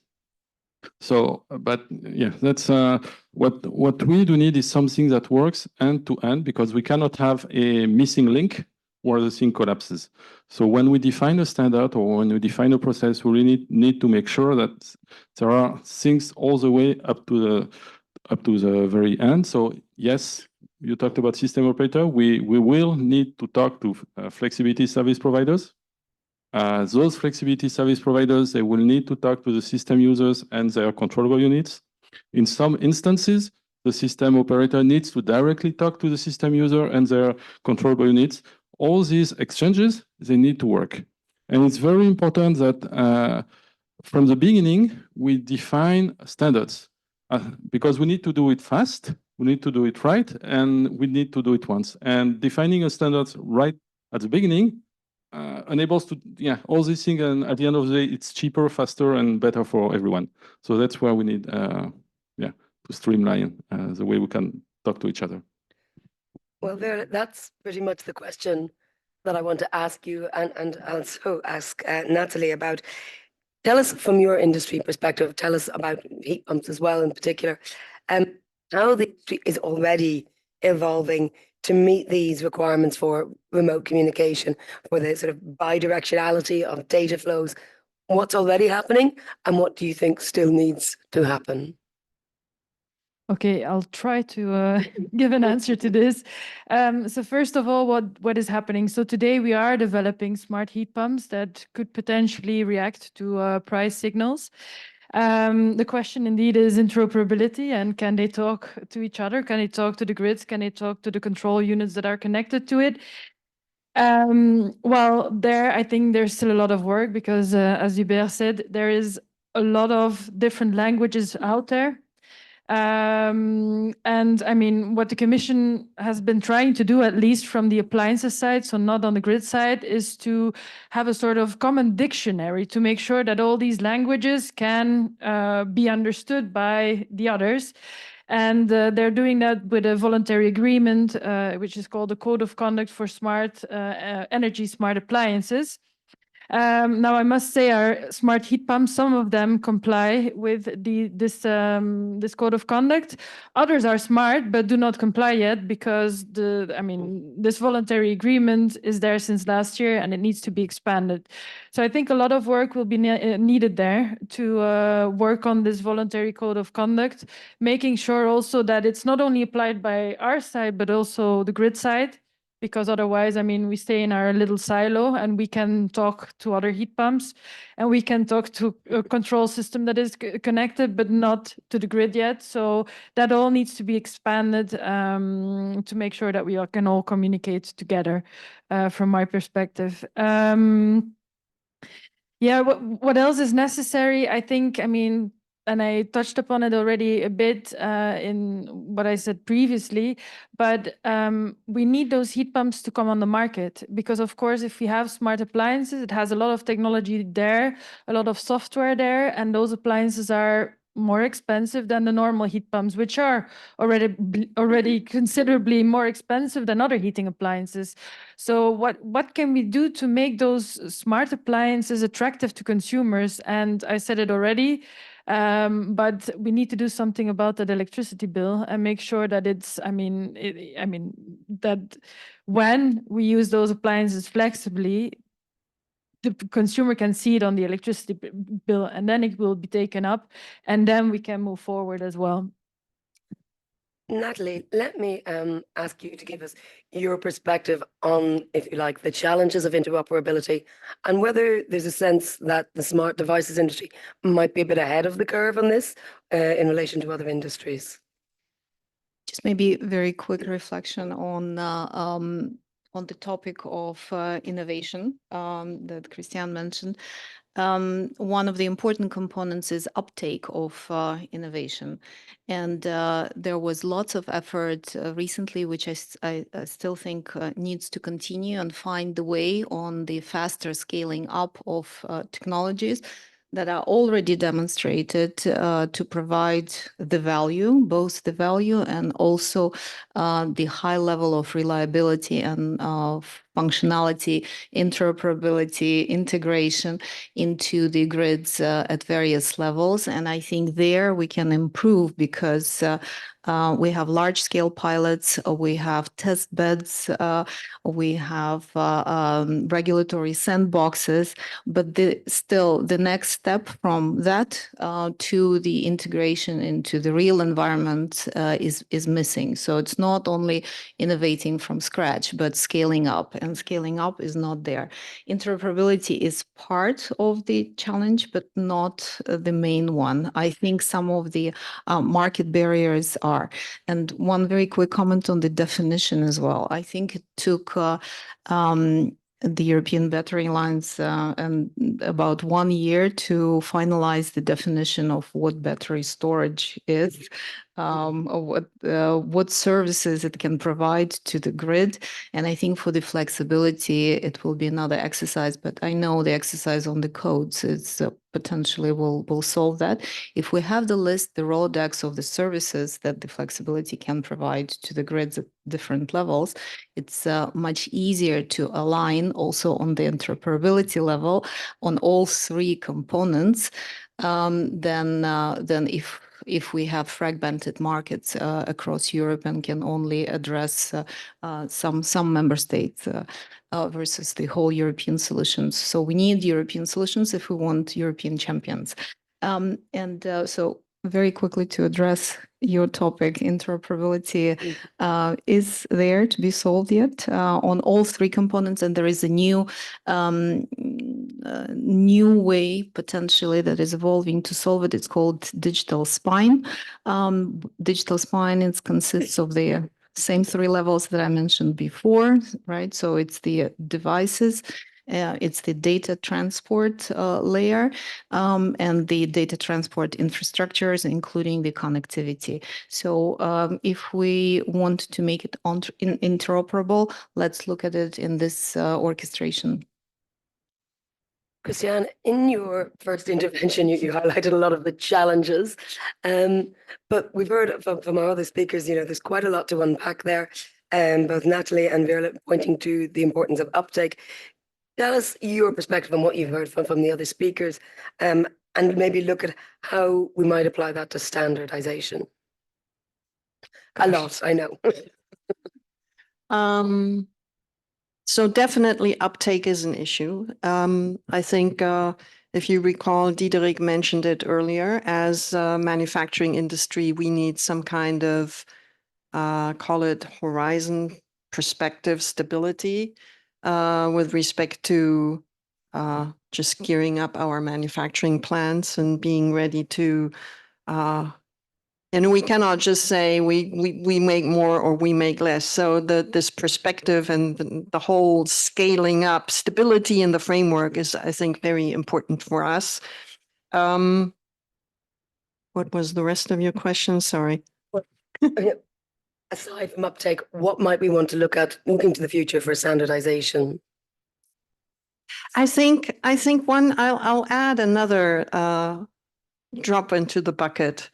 And that is the whole topic about skills and labor. And why do I bring that? I had a discussion, actually it was a prep call for another panel, and there was a DSO representative, and she was talking about, we need technology. As manufacturers, of course, we say that what you need to move on is there. There will always be innovation, but technology is there. So I asked her, what is more important, technology or skills, experts? And there was dead silence. And she said, it's skills. Our biggest challenge is skills and experts. So again, this is where I say this is a very complex topic, not only do we have to build markets, we have to address new players, stakeholders, we have to have technology, we have to have standards. And why do I bring it up in the context of standards? Because standards are being developed by the industry, be it manufacturers, be it our system operators, and I guess you have the same in the heat pump industry. All of a sudden, you need new experts to address the new requirements, and it's something that cannot be underestimated. And I'll make one more point just to show the challenge. I was presented the results of a survey that had been done in Germany recently, and it was about. So they went to high schools. And they had these 17, 18 years old. They all were excelling in maths and physics. And they asked them, what do you want to do? Now you would assume maths, physics, they're eager to go into this, what we consider fun industry of all this energy transition. And they were asked, do you want to go into the electrical sector? And they said, no, I do not want to fix sockets and plugs. So we have a serious image issue. If we don't address this, I don't think we will have the experts we need in order to address what is needed. And I'm not even, you could say in the field, in standards, whatever. There is an image issue, maybe to the Commission as a point, do an image campaign for the energy sector. We're not fixing sockets and plugs in households. We're actually, because these youngsters wanted to do something meaningful. They wanted to change the world, but they did not connect electrical engineering with the energy transition. And why didn't they do that? Because their role models are teachers. Their role models are not industry experts. So. Exactly, yeah. I see. Yeah, I slightly brought in the topic of upskilling, but you brought an extra layer of the level of excitement of the new generation. And I think for a long time, we were very conservative in the grid sector, just to make sure that it is stable, conservative, the backbone. And that's why we're having, which is so, of course, but if we want to step into the cyber physical systems and we want the new generation to make to be excited about that, then we should be positioning that way, because all of this good old grids and backbone, which are also evolving, right, also on the cabling, need this new level of perception. So we are in the cyber physical, digital, dealing with cybersecurity, integrating advanced technologies, including the drones. So that's a challenge, but we don't have any tasks on that. Veerle, I mean, I'd like to get your thoughts on it. I mean, how do we make heat cool? I really wanted to ask that question. Nice. That's a question that we are asking ourselves as well, because a heat pump is not a car that you can show off and drive around in the streets, hey, here he is. So it is, it's something that keeps us busy. I think, we are trying a lot of efforts, but we see exactly the same thing. People are just not interested in the profession of a heating installer. And then if you talk about heat pumps, that's not even, the typical heating installation, it's more electrical, and that makes it even more worrisome for youngsters to start learning about it. So we don't know how to solve it. We try step by step. A lot of our members give trainings to young people. We go to universities, try and awaken interest at that level as well. But for the moment, it's all on a smaller scale. And that really needs to be scaled up if we want to make it happen, because we see the installer is the one who decides which heating installation will be at your house. It's not really the consumer who decides, it's the installer. So without that skilled professional, the transition will not happen. I think the distribution network is really now in back in the 20th century, like the rules of the electrical system were the big centralized plant. And yeah, in France, the nuclear industry was fantastic for that.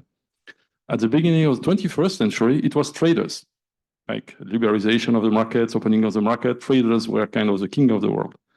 And now it's a distribution system.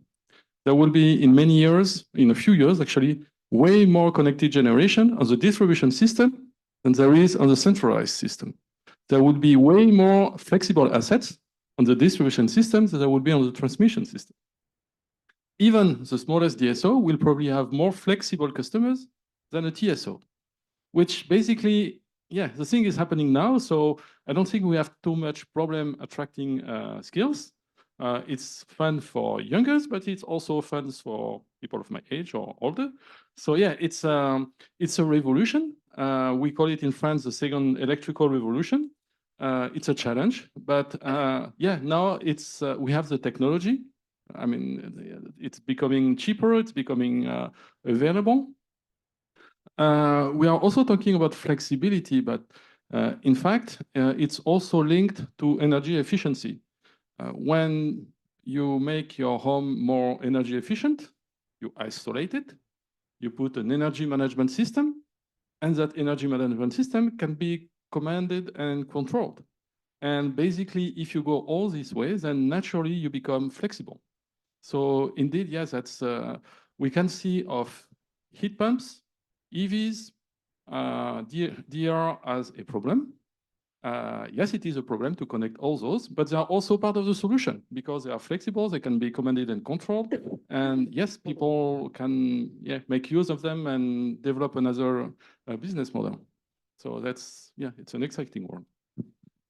Okay, I don't see any online questions as yet. Do we have any questions or comments from anyone in the room? Would you like to? Yes, can we get a microphone?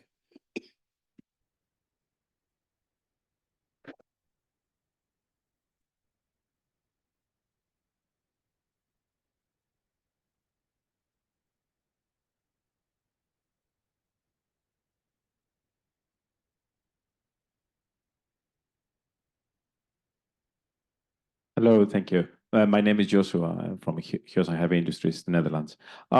My question is a little bit to Christian, since you brought very heated comment about the synergies between the standardization and innovation, sometimes a little bit difficult. So I would like to ask you, and of course to the rest of the panel, how would you, or what would you remark on how standardization can help innovation? Or is it not possible at all? I mean, how can standardization do a bit more to bring innovation to the market? Thank you.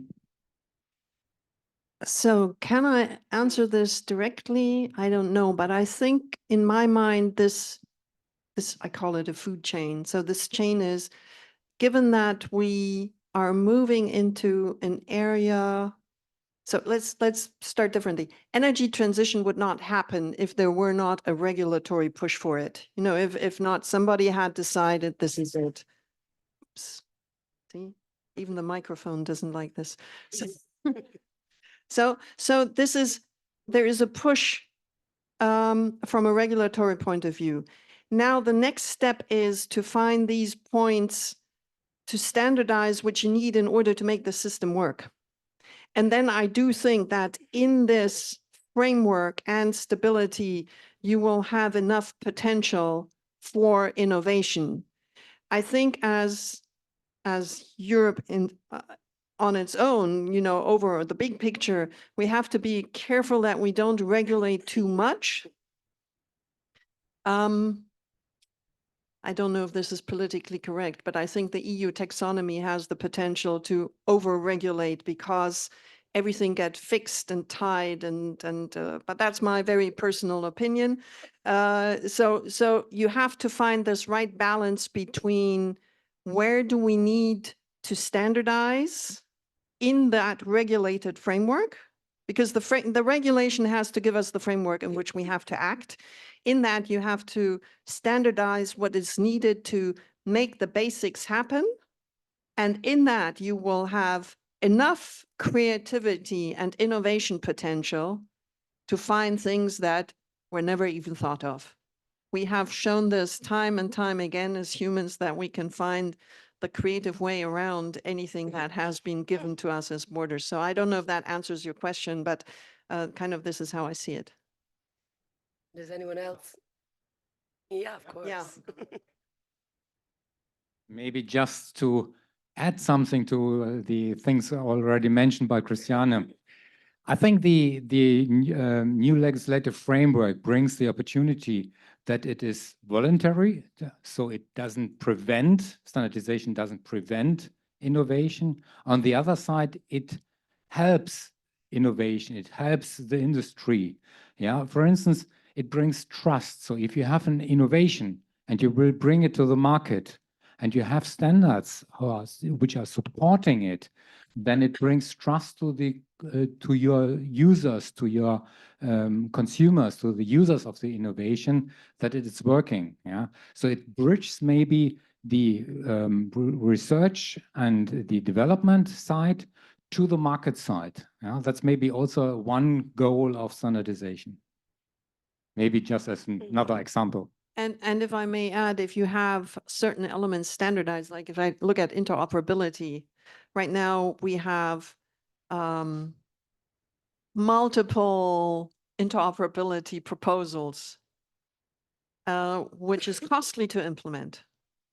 So once we evolve, and I'm not saying we standardize to the one and only, but it will be an evolution to get to the agreed upon standard. Think about, I don't know how old most of you are, but you know, the early days of computers.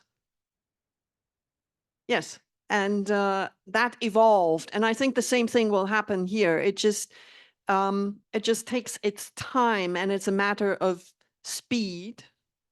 And I think in this case, cost. A lot of this translates to cost. And given that we have the whole energy affordability at the end, you know, we may have to compromise somewhere.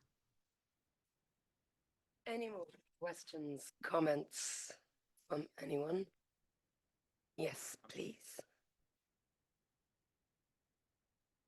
Hello, good afternoon. I'm from Small Business Standards. I have a question because from the beginning, so the different panelists have been talking about carbon neutrality and how we can reach carbon neutrality through the energy transition.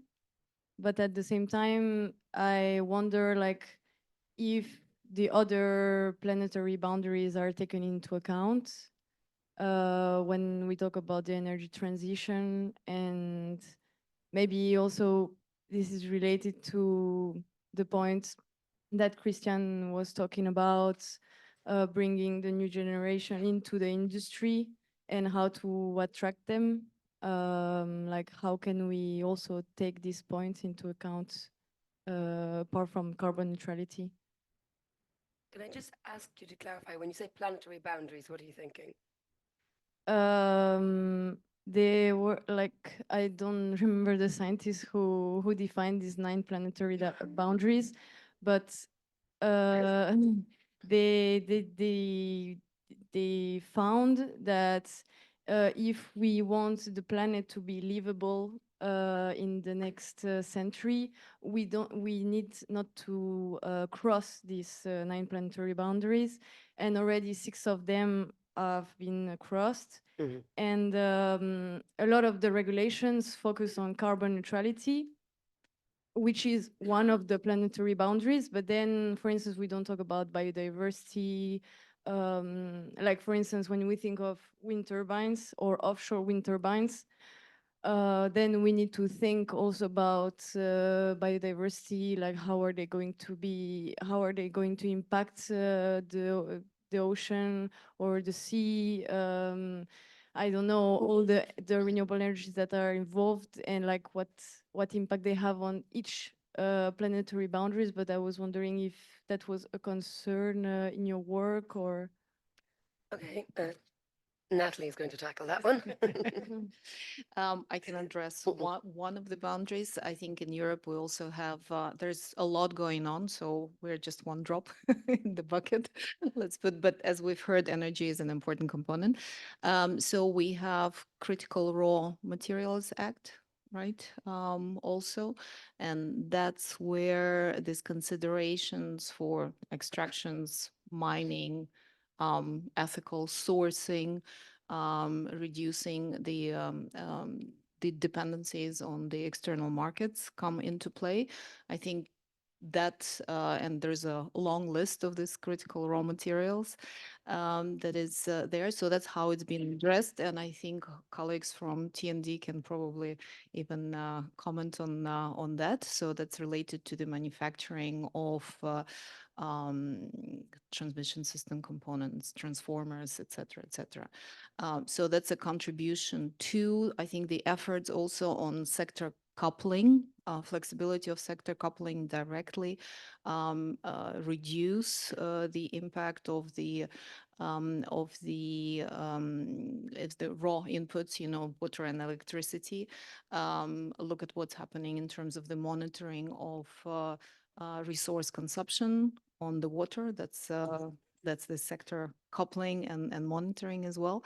So I think the spillover effect is quite large, and related to the copper. I think it's not the main culprit in the things, and but the efforts also on the recyclability and reuse, both on the battery and as well as on the solar, is very important. And the reshoring manufacturing to Europe, where we can use advanced technologies for manufacturing and actually integrate digital technologies in the advanced manufacturing, I think also will have this impact, because, you know, we have much higher ethical standards to that.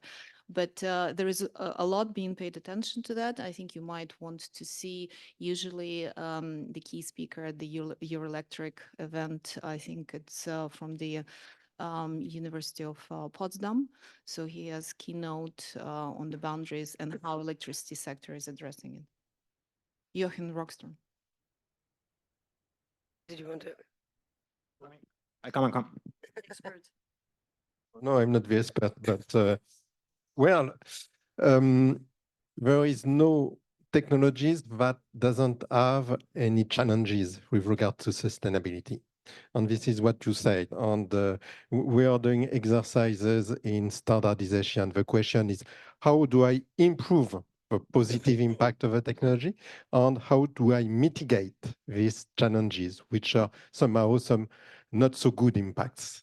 So for wind, it's place, it's some other, for hydropower, it's also place on question of biodiversity and so on. And so we have this exercise at international level. Johannes is working on it in On Electric Society.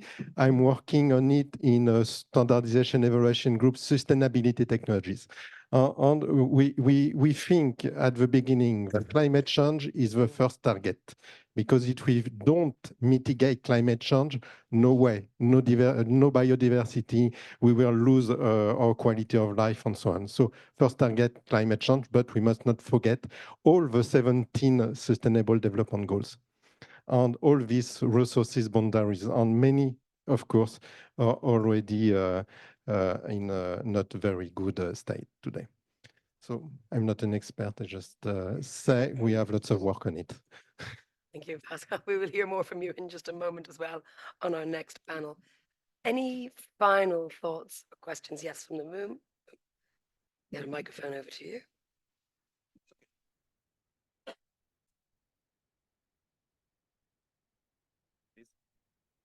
Yeah, it's Mahmoud Abdurrahman from EU Turbines. There was mention of the several definition of flexibility. So my question to Ms. Mann, so what's your favorite flexibility definition? That's the first. Second, when it's expected to have one flexibility definition, because without having one flexibility definition, how we can go through all these system flexibility standardization and so on? So I don't think it's a question of what is my favorite or what not. I like to take a baseline, and I like to quote someone else because that means I don't have to invent it. I could just show to the smart people that developed it. And for that, I go to the Electricity Market Directive. I don't have the exact wording here, but something on the line is the ability of the electricity system to adjust to the variability of generation and consumption patterns and grid availability across relevant timeframes. So it has generation, consumption patterns, grid availability, and timeframes. It has what I consider the 4 important dimensions in it. Is it right or wrong is for other people to say, but it's, for me, the starting point.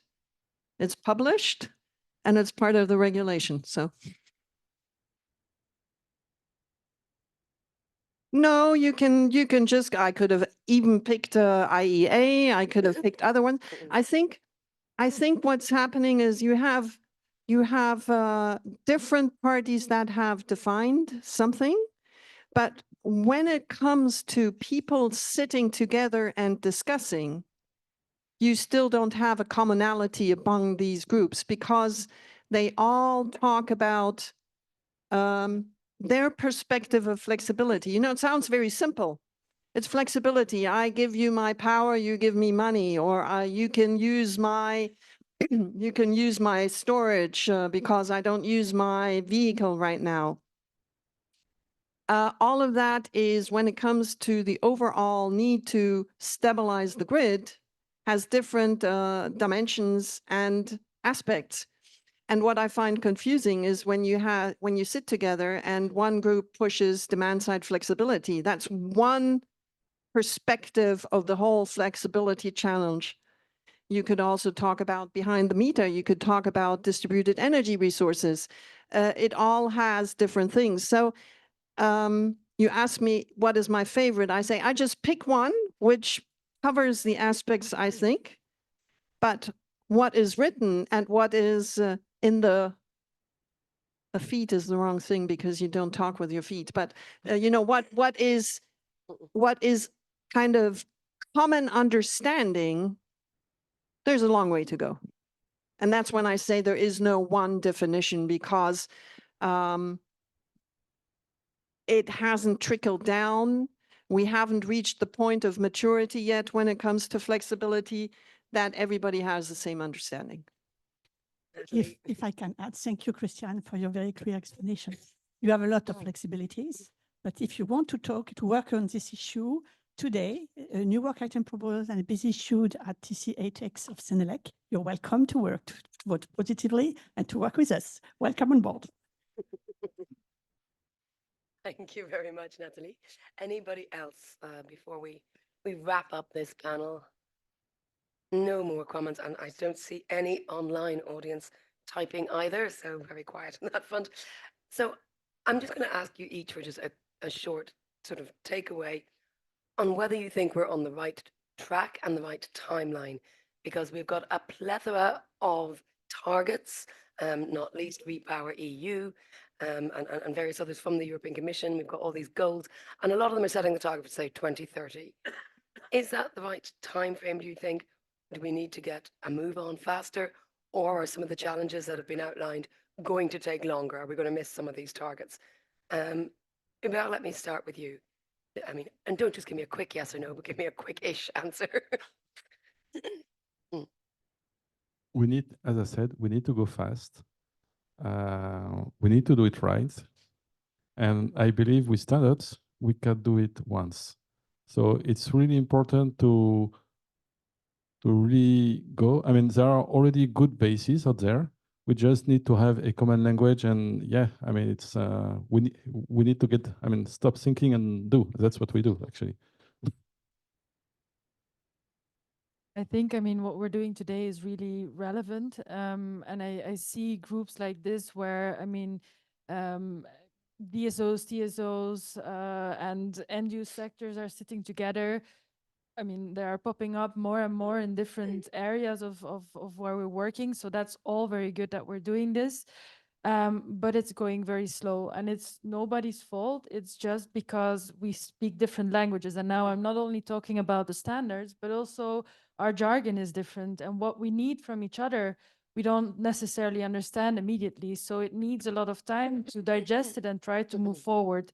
So I think a lot of the challenge is that, I mean, apart from market challenges, but really from this, I mean, connecting a lot of heat pumps to the grid, I think a lot of challenge lays in this, that we need time to digest and time to develop what is necessary for the other party to move forward. And yeah, I'm not sure. I mean, 2030 targets, we are ready as an industry to meet them. I mean, we can produce the heat pumps that are necessary, but whether or not everything will fall in place, skills, the grids. I mean, there are a lot of barriers still to the uptake of heat pumps, and we are working very hard to try and overcome them. But it's just not an easy exercise, and we'll keep on doing our best. So just, but yeah, it will be challenging. As was mentioned, energy system is a very complex system of systems, and I think we got used to this term by now, and dealing with complexity. I think we're on the right way, and it is not naturally occurring phenomena. So as mentioned before, it is due to the regulations set goals and targets that are put forward ahead of us. So we are on the right way. Are we achieving our targets fast enough? I think we can accelerate. Where this acceleration can come from is from the scaling up. I feel like so there's time to diverge and converge. I feel like we're sitting on a lot of innovation already in the test beds, in the sandboxes, in other components, in European technologies. We need to accelerate integration into the solutions, and where. So the demand side flexibility came up. So let's have the nodal approach. Let's start with something that I think could be also the most challenging one, and really push forward the scaling up and ironing out all of this potential challenges that we have on not only on the interoperability level. So not approaching as the whole system maybe, but let's accelerate something that can have the uptake. And also let's gauge and monitor the consumer engagement on that side. So it's discoverability of these solutions, and maybe that could be a tipping point. So famous last words. So I couldn't agree more. I think it's important to start in pockets and just move and learn, and possibly even go in iterations. And why do I think that? One of my personal interests is change management. And while we like to think of us humans as very rational, we hate change. We really do not like to change. And there's one process which was developed by an engineer, which is referred to as the ADKAR process. It starts with an A, awareness. Then you have to go to the point of desire. Then you need knowledge. Then you can go into action. And then you have to repeat. So if you take this as a process, each one of us has to go through awareness, desire, knowledge, because you have to understand what you actually need to do, action, and repeat. We will find that in this process, in the different pockets of our activities, we're somewhere between desire, knowledge. I consider the high-level forum is a knowledge building topic. Once we have this exchange, we can go to action, but we cannot go to action before we don't understand what needs to be done. So with that, I hand back to you. Well, that is a perfect place to end this panel. Thank you all very much. Can we have a round of applause, please?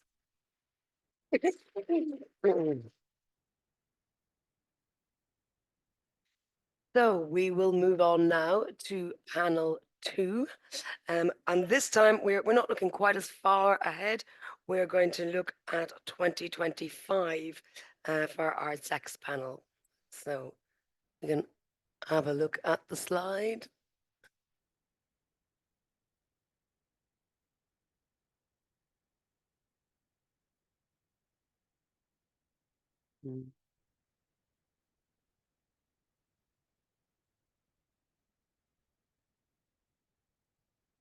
There we are.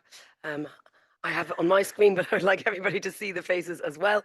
We're going to be talking about two low carbon electricity systems. What do we need to do next? What should we be doing in 2025? So joining me, I have Pascal Terrien, who is the Chief Standardization Officer at EDF, Mia Bobic from the Eurobac Association, Naomi Chaviard, who is Head of Regulatory Affairs at Solar Power Europe. Thank you very much. And Klaus Wolfgang Klinger, who is our representative from Orgalim, who works for Hegel Group as Director of the Corporate Standards and Business Environment. Thank you all very much.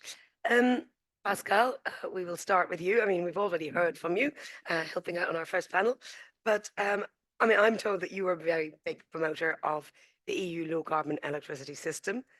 But tell us, what does that mean in practice on the ground, day to day? Well, low carbon electricity system is first urgent. Second, it's EDF purpose. I will say a few words about EDF Group. And third, it's very complex. It was already said. It's urgent. I like to cite at this stage the Outlook 2023 from International Energy Agency, because it's one of the reports, maybe not the first one, but highlight the importance of electricity, low carbon electricity, to decarbonize the economy, and gives us some kind of order of magnitude of what we need to achieve. It clearly states if we want to keep on track with Paris Agreement, we need to multiply by 3 the renewable capacity by 2030. We need to double the grid investment as of today, as the grid can be a bottleneck, it was already said. And we need to double nuclear capacity by 2050. We need to work on energy efficiency. We need to develop end uses. So it's just some order of magnitudes for the long term. My concern is when we look at the evolution of CO2 emissions worldwide, there is a very small decrease. And years after years, I look at these curves, and what is the big change is the slope. The slope is higher and higher. So we will need to go faster and faster because we are not starting really to do it. So we need to do it in 2025. And second, it's clearly EDF purpose to build a net zero CO2 energy future thanks to electricity. Electricity leads the way for net zero future. This is what says as well international energy efficiency. And it's complex, and it was said today, we have 4 pillars in our strategy. The first one is urgently help our customers to decarbonize end uses. We need to remove fossil fuels from end uses urgently. So heat pumps, electric vehicles, as well as many solutions in industry. Large industry is looking at it. We have a green chemical industry. We have many initiatives. We need to speed up all these initiatives, and for this, standardization will help. I will come back on it.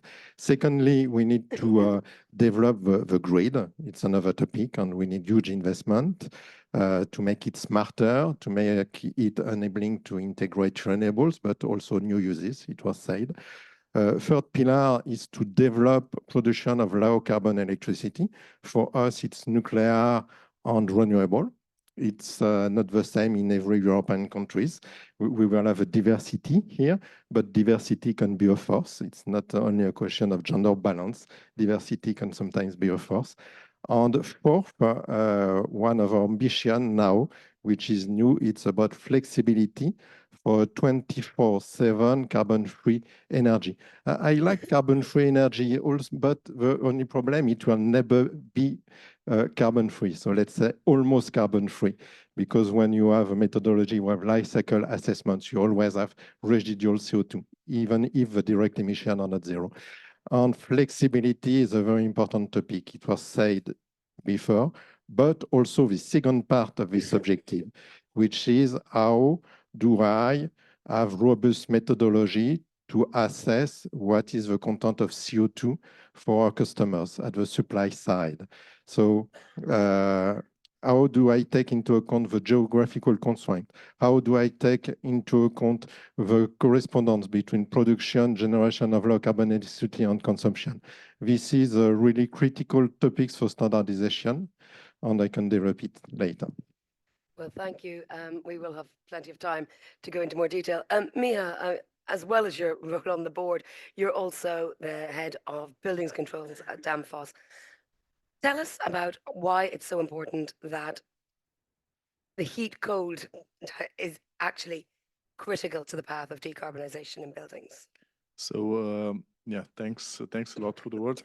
If we look at the energy consumption in Europe, 40% of energy is actually used to heat and cool our homes and to prepare domestic hot water. So energy-wise, this sector is much bigger than electricity sector. So we cannot for sure not ignore it. The sector itself is only 5% decarbonized. All the rest is still burning something one way or another. So then if you want to bring these sectors together, is definitely sector coupling is the keyword.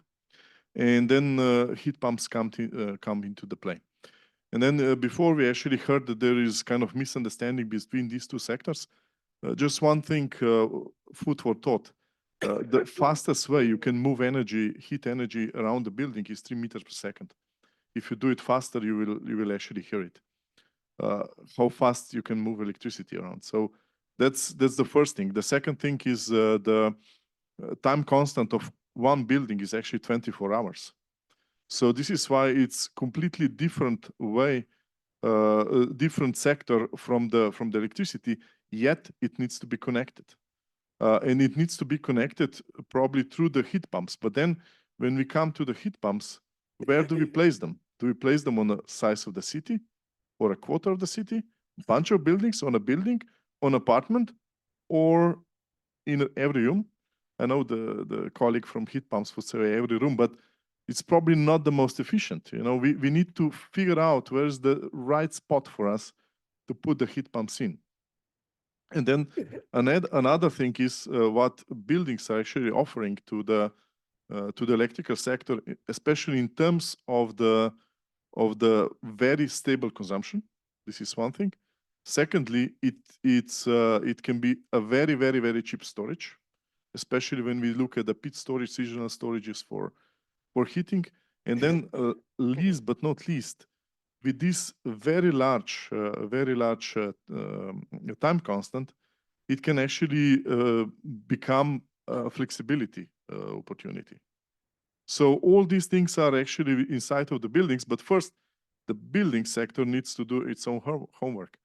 Actually, majority of the buildings in Europe are on the level C or D. Those buildings are not ready for heat pumps. Because, yeah, of course, you can chop the boiler out, put the heat pump in, but the people will be cold or too hot on wrong days. So therefore, there is a massive change needed just to be enabled to sector couple. Yeah. Naomi, obviously, solar is one of the key components to going towards a low carbon system. But actually, when we're talking about solar, we can think of it as a big solar farm, but then we've also got the solar panels on rooftops and homes. So you've got quite a diverse range of issues to look at. What do you see as key to helping solar deliver as part of the overall equation? You mean in general or in terms In of general, and then you're going to drill down into standards as well. Yeah, but you've said it, we're a growing sector, very fast actually. So we had 20% of growth in the market every year. So imagine what it means for the value chain. It's quite huge. We were at 20 gigawatt installed annually in 2020. Now we're at 60 gigawatt per year. And if you want to reach the REPowerEU target, we have to install 70 gigawatt per year. So that's quite a big volume. And as you say, we often think of solar as big solar farms, but in fact, our industry is much more diverse. We have actually 1/3 that's utility scale solar farm. 1/3 is rooftop PV, so relatively small homes that can be easily connected with EV chargers, with heat pumps, and where we have this whole question of sector coupling. And 1/3 is large rooftops that have been booming a lot in the last 5 years. So to continue on that growth and to reach the 70 gigawatt that we need to reach REPowerEU, we'll have to indeed adapt a number of things in our regulation. So I wanted to raise a couple of points. The first thing is that we're growing fast, so it means we're taking more importance in the energy system. We're already generating almost 10% of the electricity system. And as I think it was Batman or Superman said, with greater power comes greater responsibilities in terms of grid services, in terms of cyber security as well. And here we have a number of requirements already in the network codes, in the Cyber Resilience Act, but we need to go a bit more into the details and have clarity on how do we comply with those greater responsibility that were expected to comply with. So here again, I think there will be an important role of standards. The second thing I think it was mentioned is flexibility. We need to absolutely grow flexibility in the system at the level of the grid, but also at the level of the home, where we're hoping a lot from sector coupling and demand response. Also at the industry level, we see that it's becoming a reality. We're selling more and more integrated solar PV with batteries, in solar PV with heat pumps. But we need to organize that. And today we don't have much clarity on how we do sector coupling concretely. I think you know that better than I do. But for example, we don't have a good map of what are the communication standards between a heat pump and a solar PV. So having a bit more clarity on that. And the second aspect is how do we communicate with the grid when we provide those flexibility services? The Commission has already started work on the network code on demand response to clarify that. But we've just received the text, I think, a couple of weeks ago, and it's not going far enough. So getting more flexibility, but getting more clarity on how what's the framework to do flexibility will be very, very important. And then when we come back to greater priorities, I really echo what Pascal you've said on the importance to grow electrification, the importance of also growing grids. But I think it's part of the same question, because flexibility services can also be revenue complement to electrification. So we really have to, I mean, everything is really connected. Klaus Wolfgang, I know Orgalim represents 770,000 companies. That's 770,000 different opinions and perspectives. But I'd like you to give me the view from your, condensing all of that together on this decarbonization journey. What do we need in terms of standardizations? What are your requests what are you hearing from your members? Yes, in general, it is a question of competitiveness of the European Union to make this energy transition, and it will be interlinked to the climate neutrality, which is the objective for 2050. And herefore, we need different activities. One might be the electricity grid and the infrastructure, which is one of the key building blocks in this regard. We need also a broad scale of electrification of Europe, enable a much faster scale up of carbon neutrality, energy capacity, and smarter, more flexible energy systems, and to unlock massive energy efficiency savings across industry, transport, and buildings. The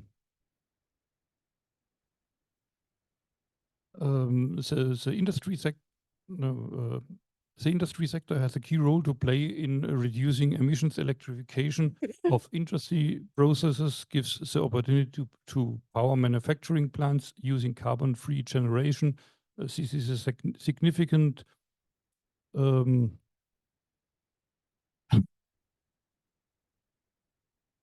this is a significant transformation for which the EU needs to build additional carbon-free power generation and future-proof electricity grid infrastructure at an affordable cost to ensure the competitiveness of our European industry. And the building sector, we discussed a lot about PV, we discussed a lot about heating, is transforming itself from an energy user to a prosumer, and in doing so, take on a new role in the electricity system in order to realize a green electricity system. And in this, the role of energy management systems for buildings is one of a key role which might, we discussed a lot about of communication from heat pumps with grid, from PV with grid, and the energy management system is based at the point of the connection from a building to the grid, and here it is a central management topic to realize this communication and to save the grid and to serve as a communication partner to the grid to realize what is possible from one building. Well, you mentioned there the targets for 2050. I asked on the last panel about those Renew EU targets for 2030. Pascal, we've got a lot of targets. What's the real timeline here? What's the real timeline? Wow, what a question. It's now, let's come back to this question of that I mentioned, standardization for what is low carbon electricity on grid electricity content in CO2. We have standards in Europe, which are under revision. Some will be published soon and will be revised again because everything is changing quickly. But I have some worries today because Chinese are proposing an international level, two standards. They're competing between them, but it's not a problem.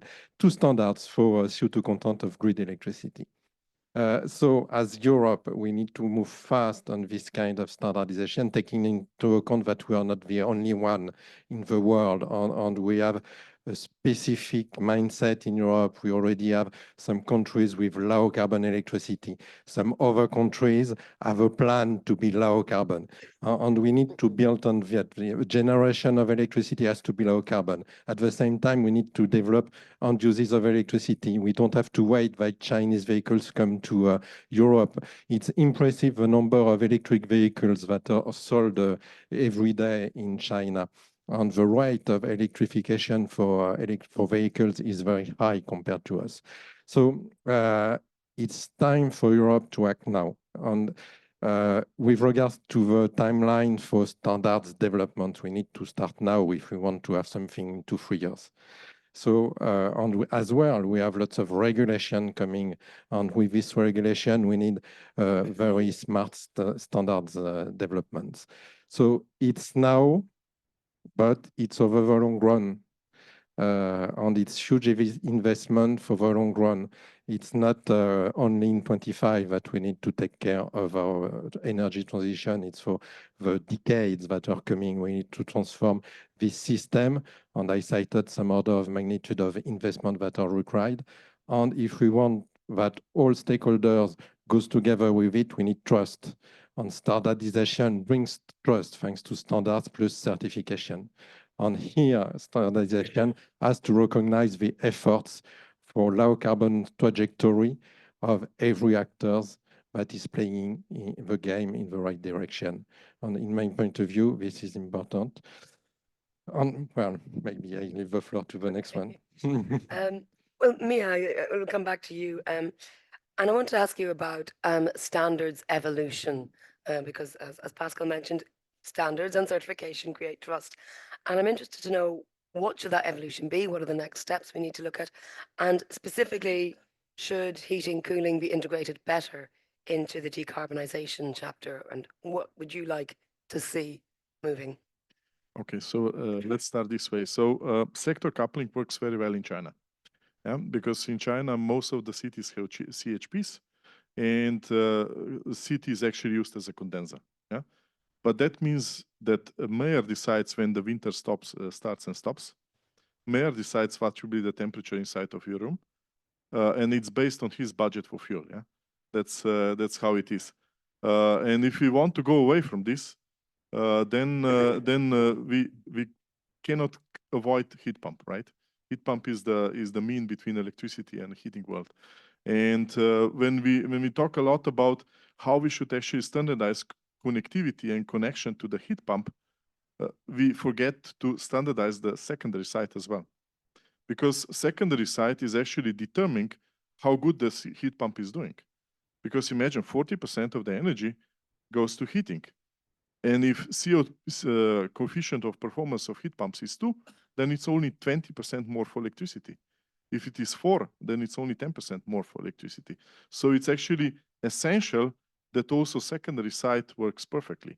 And now with the new directive, European Directive of Performance of the Buildings, we try to push this in so that the buildings have a performance targets, how they can actually improve themselves, and at the same time, how they will be more suitable for heat pumps. Because when they are more suitable for heat pumps, then they will be more suitable for sector coupling, and there they will be also more manageable from the grid point of view.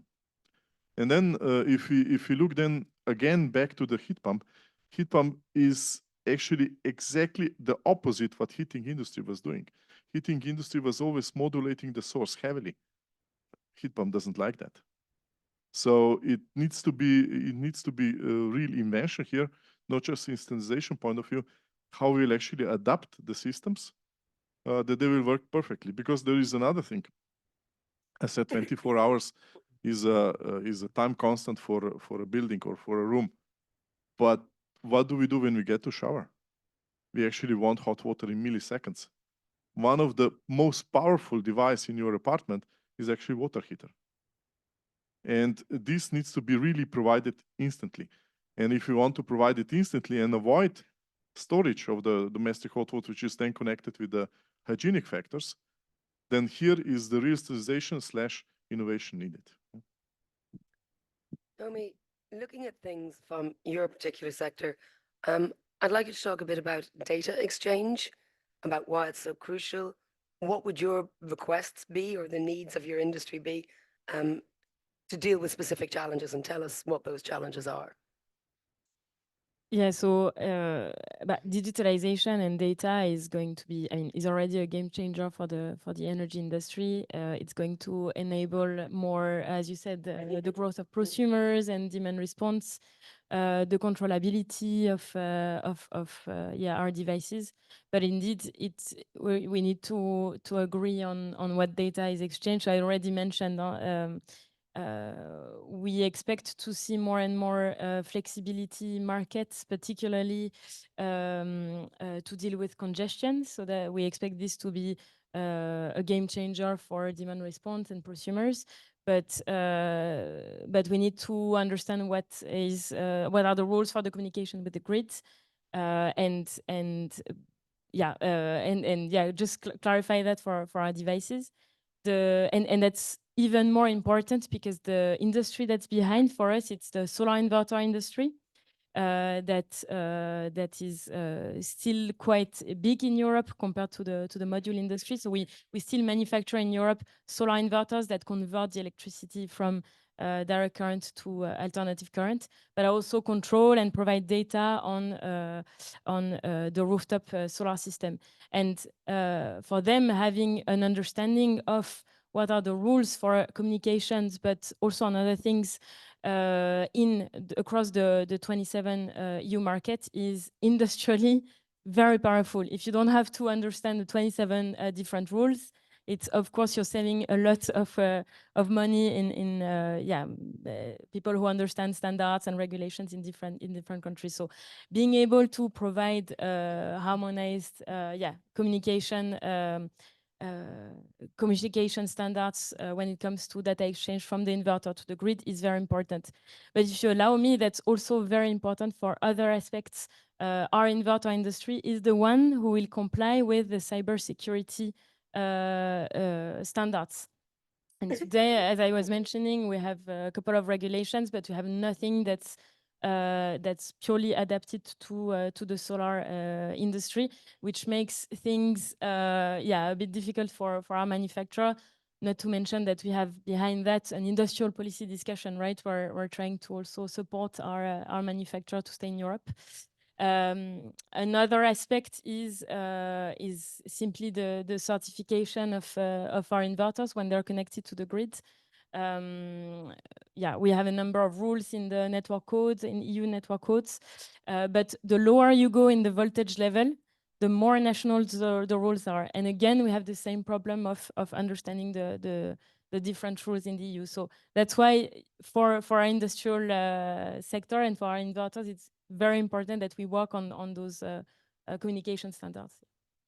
Well, you've set me up very well for my question to Klaus Wolfgang, because you're talking about the 27 different member states in the EU. We've heard Europe compared to China. How important is location? Because Orgalim is spread across the EU. What is the role, if you like, of geography when it comes to a low carbon system? I mean, do you see great variation?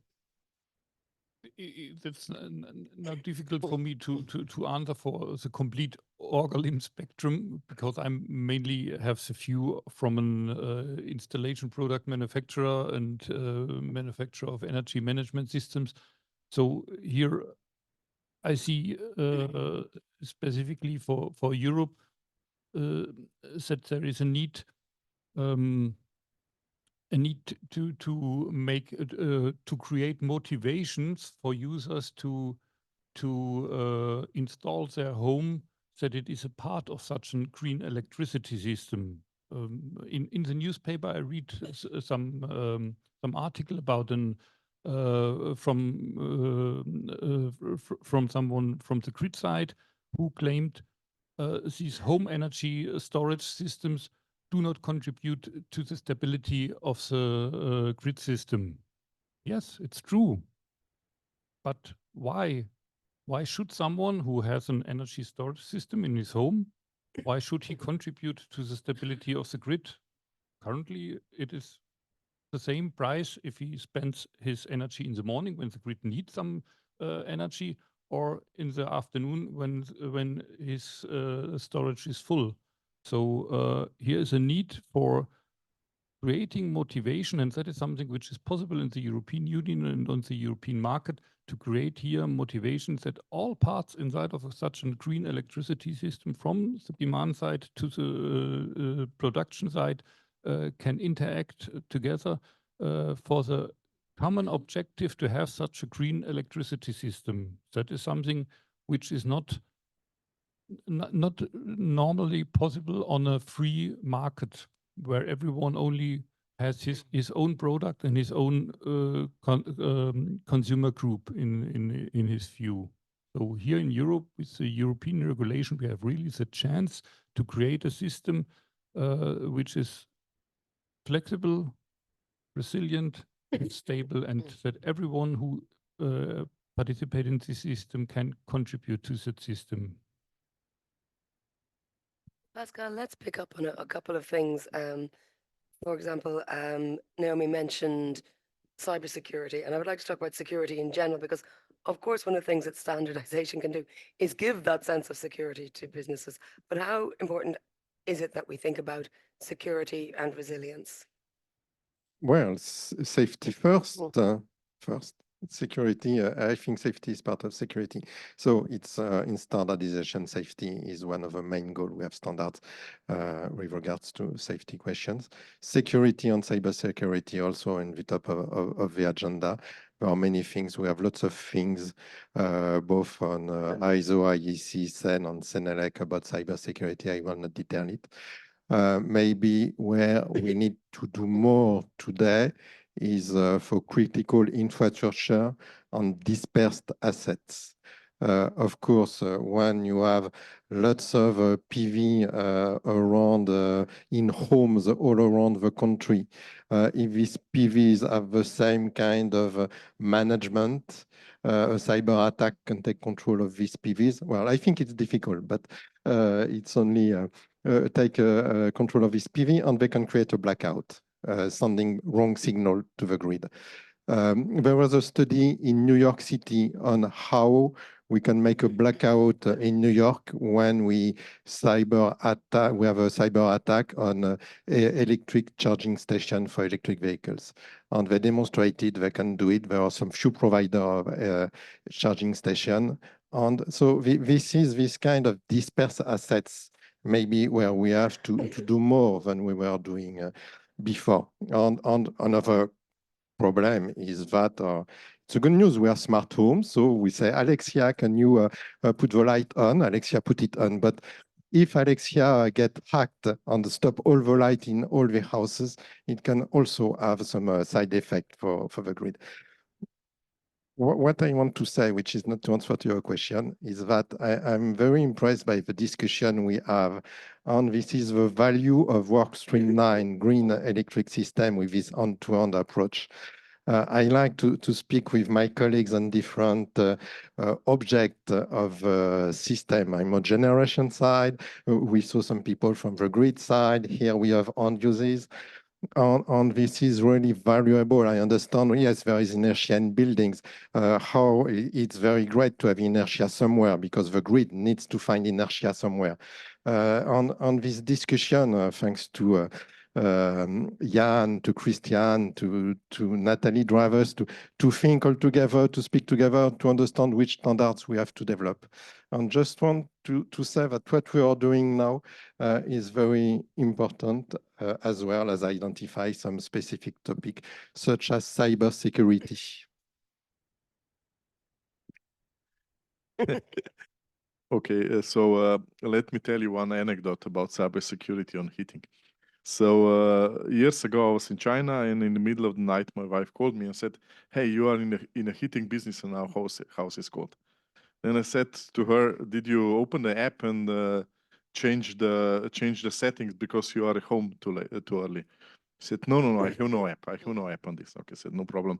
I'll do it myself." So I did it myself from China. When I came home, before I said, "Hi," I took her phone, looked at the app, and she didn't have an app. Then she had a directory called useless. And that was the first app inside. So this is how much people actually think about heating, right? But still, if somebody snatch out the heating, that's actually more dangerous than if you are without electricity, because without heating, you can actually freeze. Without light, you can do some other things, right? So this is why, especially in the new energy performance of the buildings, we put a lot of emphasis also on data and who owns the data. Because one example is, for instance, building cooperatives who are actually renting a lot of flats around.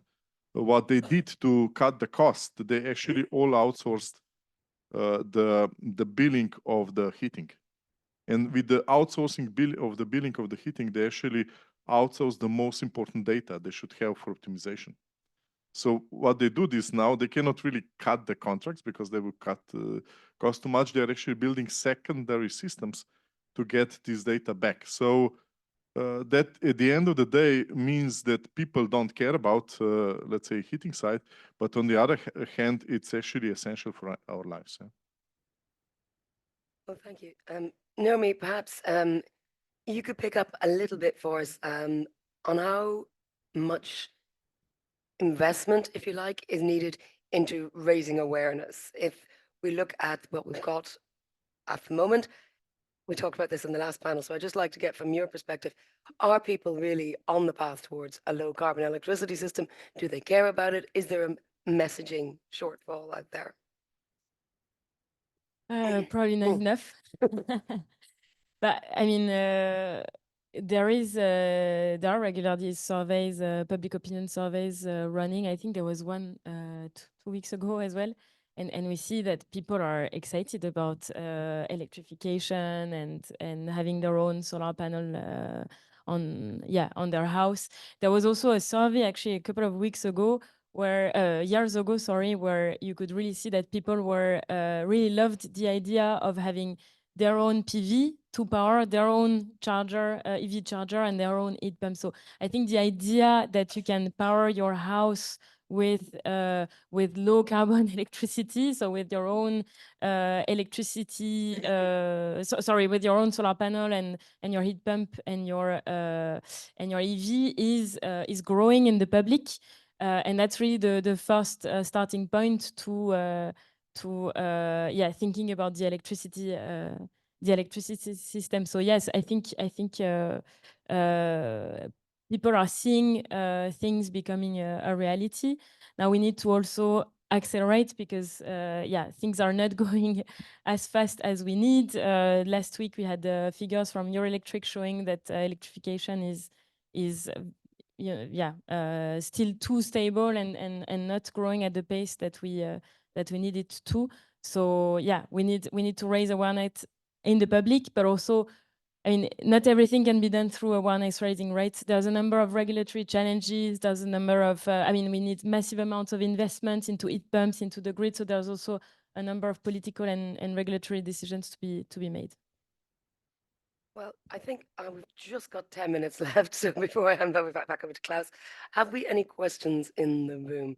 Okay, we've got 1, 2, just so I get a sense, 3. Okay, well, perhaps we'll go. Klaus, did you want to add to what you're hearing from the colleagues here?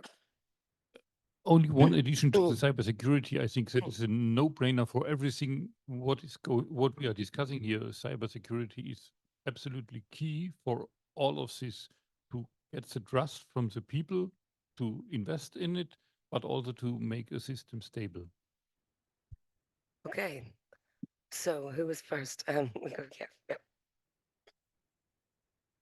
Thank you. Joshua again from Hughes Heavy Industries, Netherlands. Pascal, you mentioned something about a race or a competition to bring in certain strategic standards, put them in place, and that can define a little bit how the industry will move on certain aspects. And I would like to ask you, which are the areas in which European standardization, so SENS and ELEC, should be working more or should be speeding up into bringing up to a fact? And if there is anything in particular, what is missing to get there faster?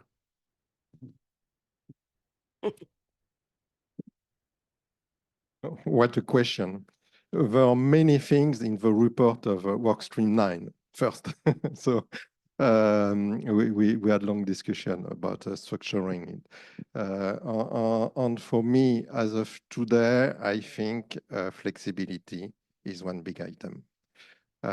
Flexibility, first we need to understand what it means and to have a common understanding, all of us, because we don't have a common understanding today. It's about generation, it's about demand side, it's both. There are many things behind it. And yes, again, I invite you, we have a TC8X new project, you can join. But we need more expert on the support. I think European projects should help. I have always about standardization, the example of Germany. When you do a research project in Germany, at the end, you say, which standard do I develop from that innovations? When you go to school, you're trained about standardization. I think it's really important to have more and more experts. And today, we have lots of competition in standardization from other countries.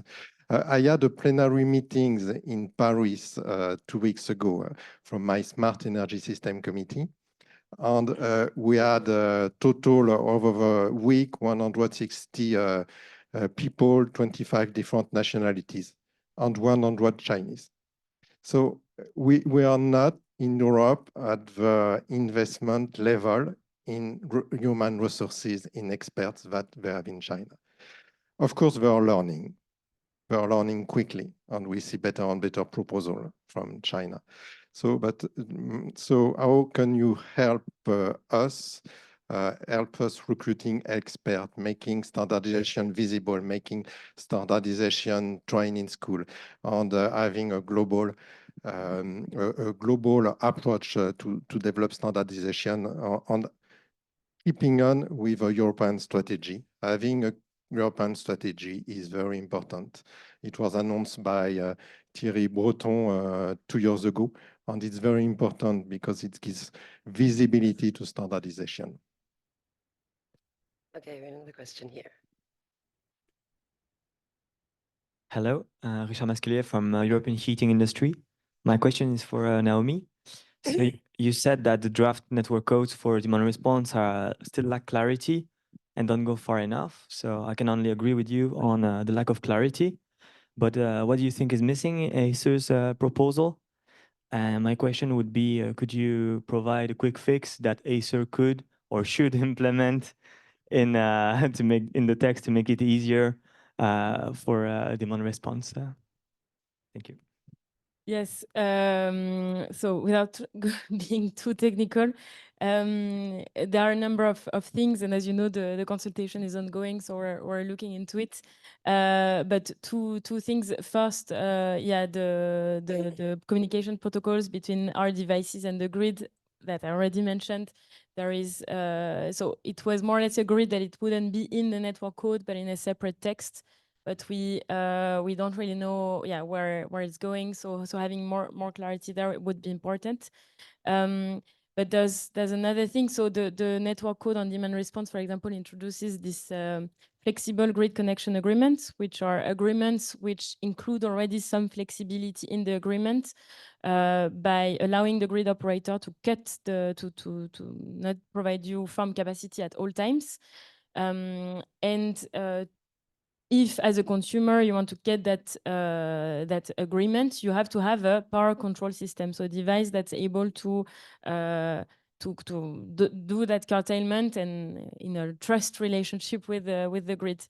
In the solar industry, that would be the inverters, and these power control systems are defined as a notion, but you know, what are the standards really, like what performance you expect from this power control system is up for definition at national level. So again, we're entering into what I was mentioning before. So will we have to look at 27 rules, and what does that mean for the industry? So I would be happy to provide a quick fix. I'm not sure there is a quick fix, but again, I think the discussion that we're having on the importance of having common rules for all the mass market device that will make the low carbon electricity system is very, very important. Okay, Hubert, we had a question here. And was there any other hands that went up? Thank you very much. Diederik Peereboom, TND Europe. Very interesting, this session and the previous one. And listening to the debates, I was just wondering whether, and I'd like to have the opinion of the panel, when we talk about flexibility and all the complex things that needs to be organized, isn't there a first question that we need to answer before we can solve the flexibility puzzle? And is that not the question whether all stakeholders agree on the overall importance of grid stability? And if so, do then all stakeholders also accept the responsibility to contribute to that, which sometimes means that you cannot project or you cannot use the grid. So I'm curious how the panel sees that, because they have their own interests for the right reason, and that's perfectly okay. But unless we agree on an overarching goal, whether or not grid stability goal, I don't think we'll ever solve it, because we stay in our silos and defend the interests of our members. So just to put a little challenge to the panel. I think that's going to be our good closing question as well. So everyone's going to have to take a stab at answering that. So yes, that's a very good question, because up to now, in every standardization group and every industry, everyone try to make standards inside of their scope, which are energy efficient, which are green, which are supporting the energy transition or whatever. But no one have really the overall look. And Pascal, you mentioned the system committee Smart Energy 2 weeks ago. And you decided in this system energy group to start a project new work item to draft an architecture for the overall system. And that is exactly will be in my opinion, the step which may solve that, because when all contribute, and that is an invitation to all and everyone who listened it here, look at this so-called system reference document, which will be developed there, and contribute to that, because that is an idea to have an architecture overall. And then everyone can go back to his silo and know out of this system reference document what he have to do inside of his sector. Because up to now, in every silo, everyone do something what he think is okay, and the work which is done in each silo is good. But now we have a lot of puzzles, and the interconnection between the different puzzles did not match perfectly, because yes, no one has a view overall. Pascal, did you want, you were grabbing the microphone, so you go next then. No, I can, yes. Thank you for promoting our approach, Klaus Wolfgang. We need to collaborate on the methodologies for collaboration. Use case approach is one of the methodologies. We need to understand which are the stakeholders for the question of flexibility, not flexibility like that, flexibility detail in different use cases. What are the role of each other? Next, to understand where do we have standards already existing, and for flexibility, we have lots of standards. It was mentioned many things, including data models and so on. So lots of ongoing work. But let's map what we have. On next, let's decide and understand where are the gaps, and understand how we can work together. After defining which are role of each other. So we are very complementary, full energy system in complementary, and the day-to-day life of standardization is to find consensus when we don't have the same objective, and we don't have the same business objective sometimes, but we need to agree on the global objectives. So we have methodology, let's do it, and you're welcome, yes, in the system committee, Smart Energy, if you want it. If you want to know more, I could do a speech another day. Thank you. Naomi, your closing thoughts, and possibly to address Hubel's question about whether you have this impression that all the stakeholders are all on the same train. Well, yeah, I mean, I think there's a realization in at least in the clean energy generation sector, that flexibility will be incredibly important. We ally with your association as well, and with others on the importance of flexibility. And I think, I mean, this group and the high level forum is a very interesting forum. Solar Power Europe and our members, we've followed it quite closely. And as you know, the Commission will propose an electrification action plan next year. And we're pushing for it to be a smart electrification action plan, to start also integrating that question of that dimension of having an electrification that's flexibility ready, to give a bit of a political dimension to this discussion. I think the time is right to make the work of this forum advance. And Miha, you have the final word to wrap up this panel. And yeah, okay, I will touch two things. First, on the flexibility, and let's say you can only dump the energy to the building. So from this point of view, it's kind of something where you can get rid of when energy is too much. But we need to be very much aware how much is the capacity of something. So first of all, as humans, it takes from half an hour to 1 hour that we actually figure out that the temperature is not what we want.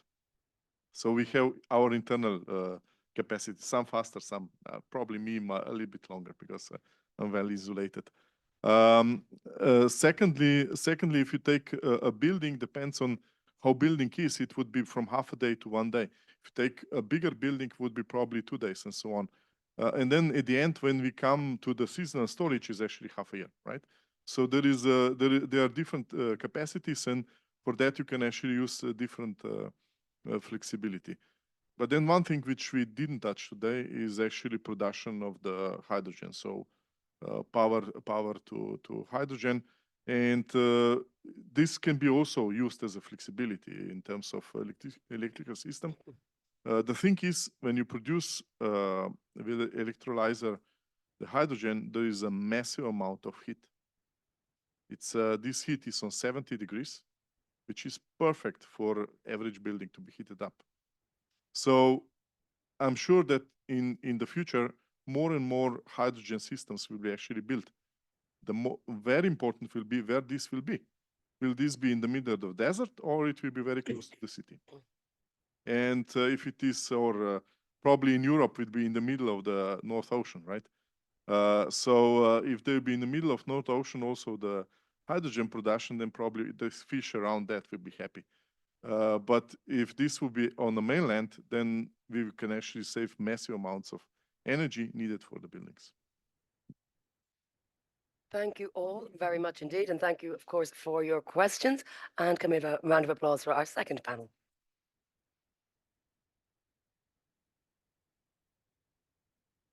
So we've made it to the end of the panel sessions, and we're going to have now a final wrap up, bringing together various stakeholders.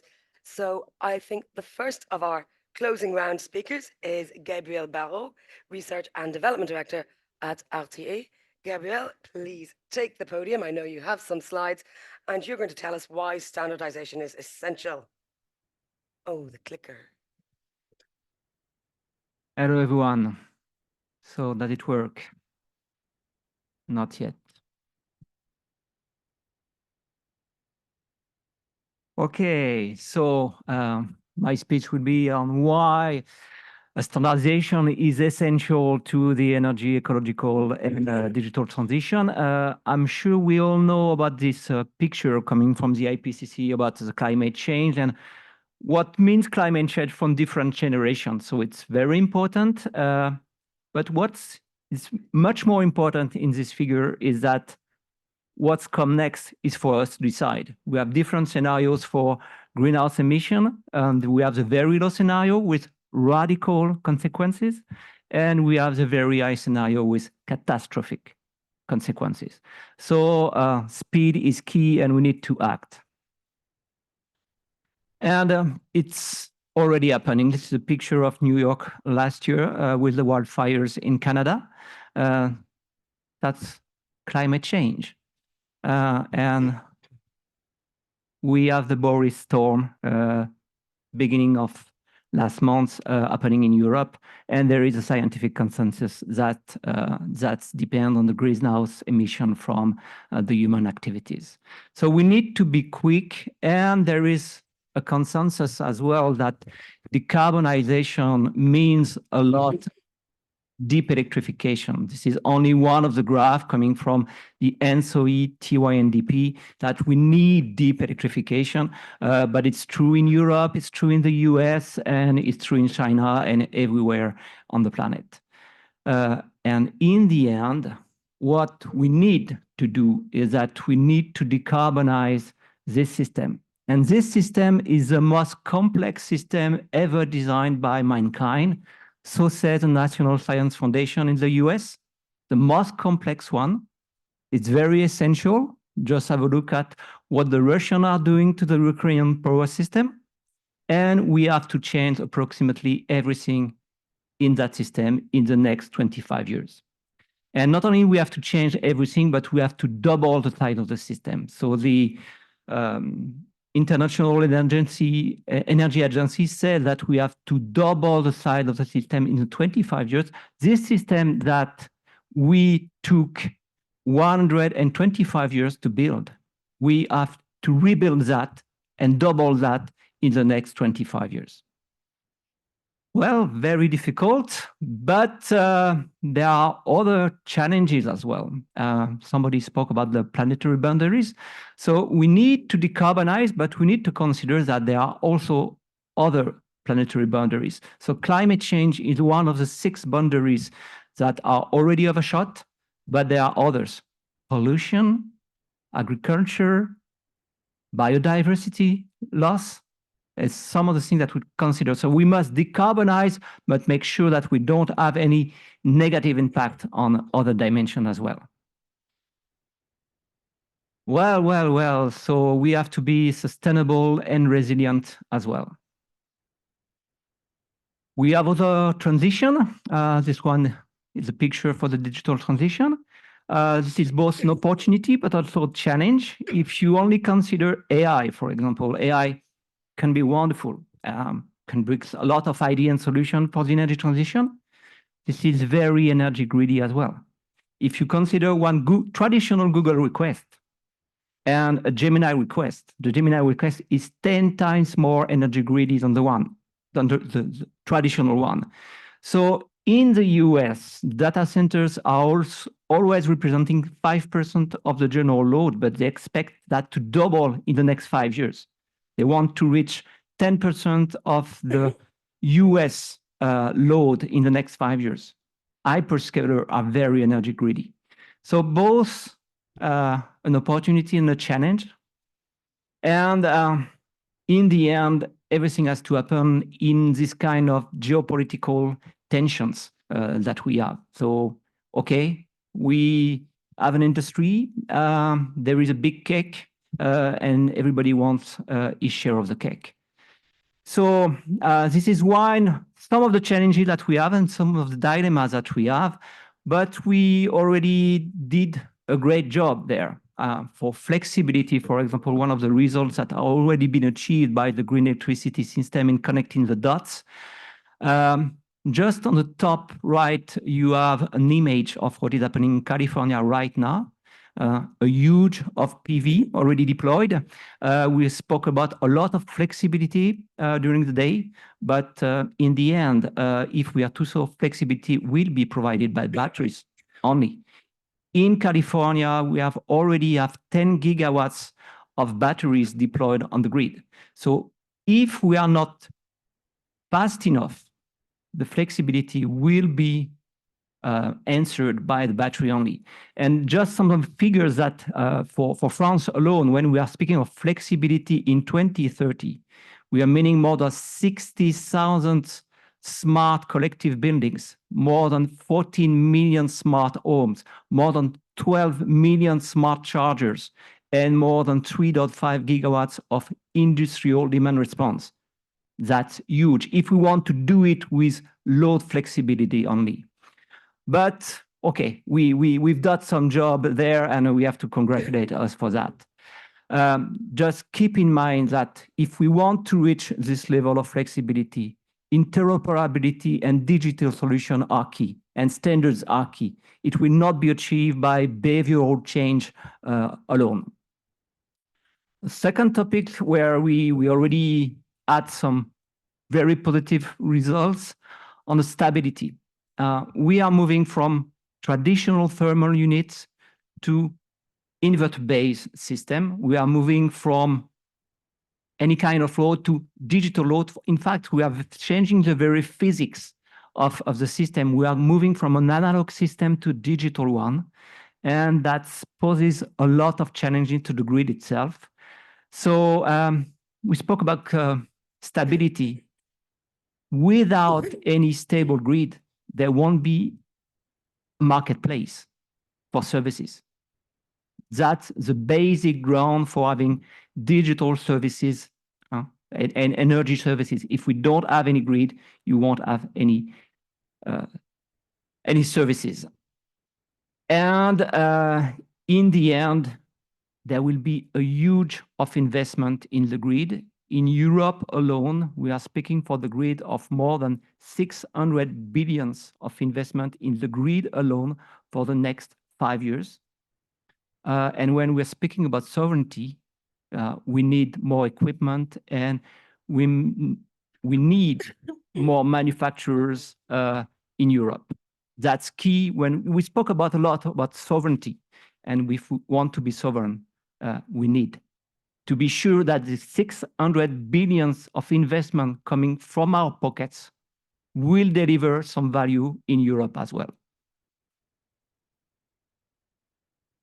And what's next? Perhaps for the coming rounds of the green electricity system, we spoke about sector coupling, about resilience of the system, and perhaps one of my key takeaway from today that we need to speak about cybersecurity as well. That will be key, in my opinion. And perhaps my key takeaway from this day is that we have a platform there to reach a common understanding between different stakeholders, and that's the main value of this platform, this grid electricity system. This is a platform where we can reach a common understanding. And Christian, I like very much that there is awareness, desire. We have the awareness, we have the desire to change. We need the common knowledge, and now we need to move to action. Thank you.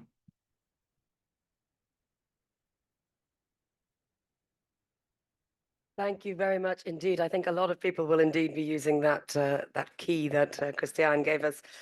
Our next two speakers, as you can probably see, are joining us remotely from Italy. We have Daniela Carosi, who is the public officer within the Legal, Regulatory and Administrative Affairs Unit within the Directorate General for Consumers and Market in the Ministry of Enterprises and Made in Italy. And also joining is the Technical Director of CEI, Ivano Vicentini. Can you hear us? Can we hear you? Daniela? Thank you. Take it away. Okay, good afternoon, everyone. It's a pleasure to be with you this afternoon to talk about the result of the first round of activities of Workstream 9 on the green electricity system.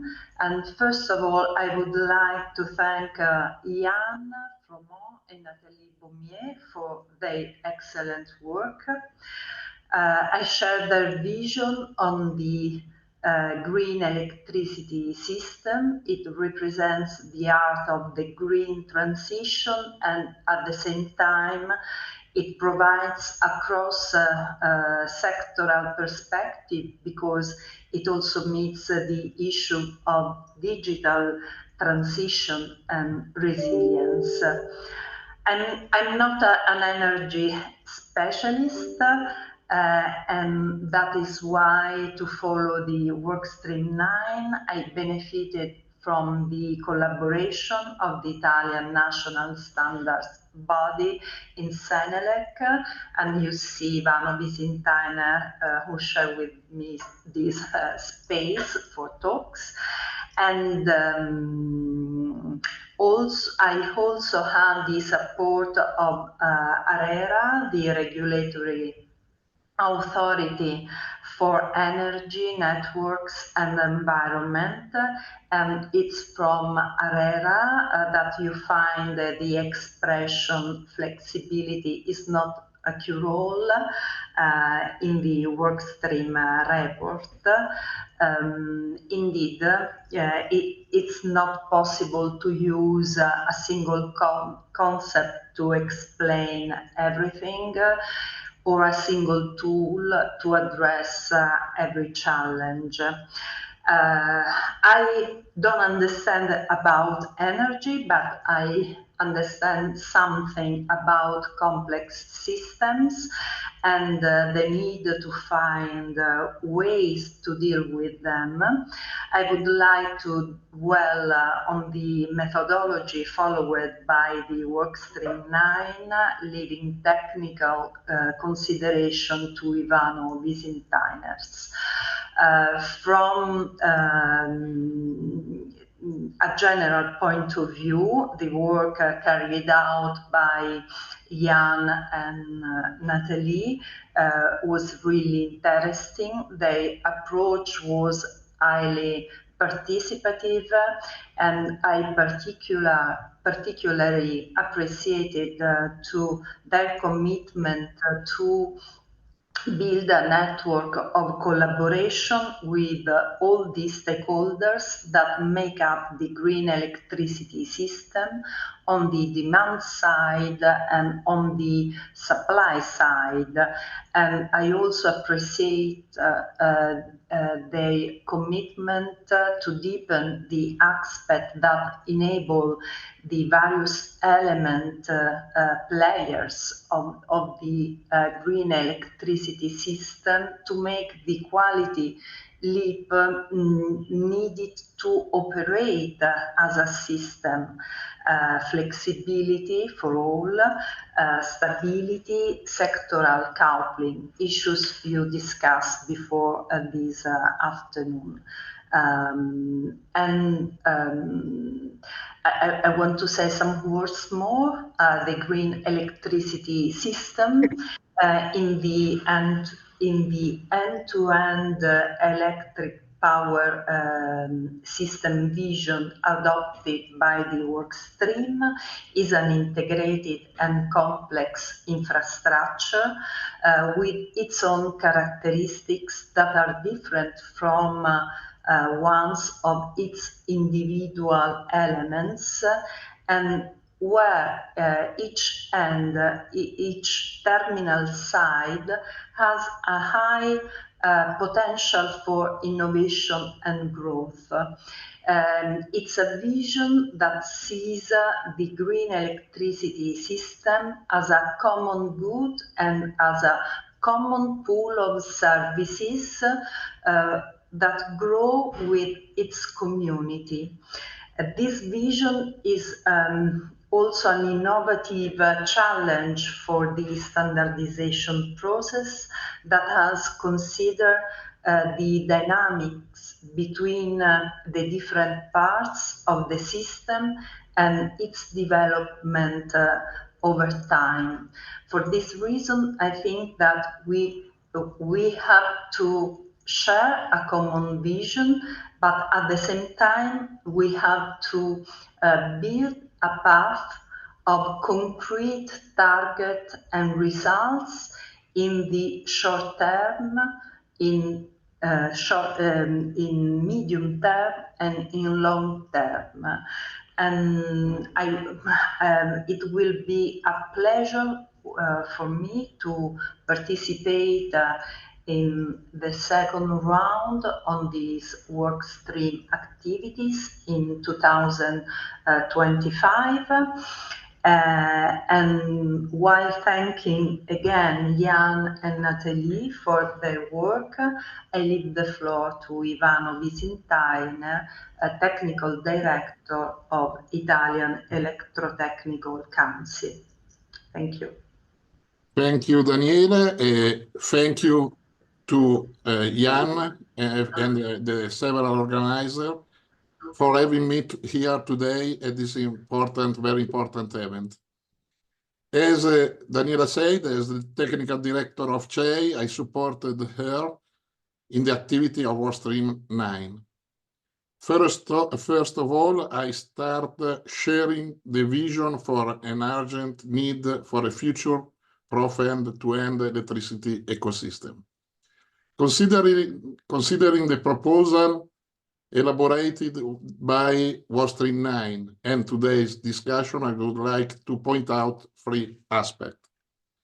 The first one regards the point regulation and standardization that was emphasized in Work Stream 9 report and that has emerged today's discussion as well.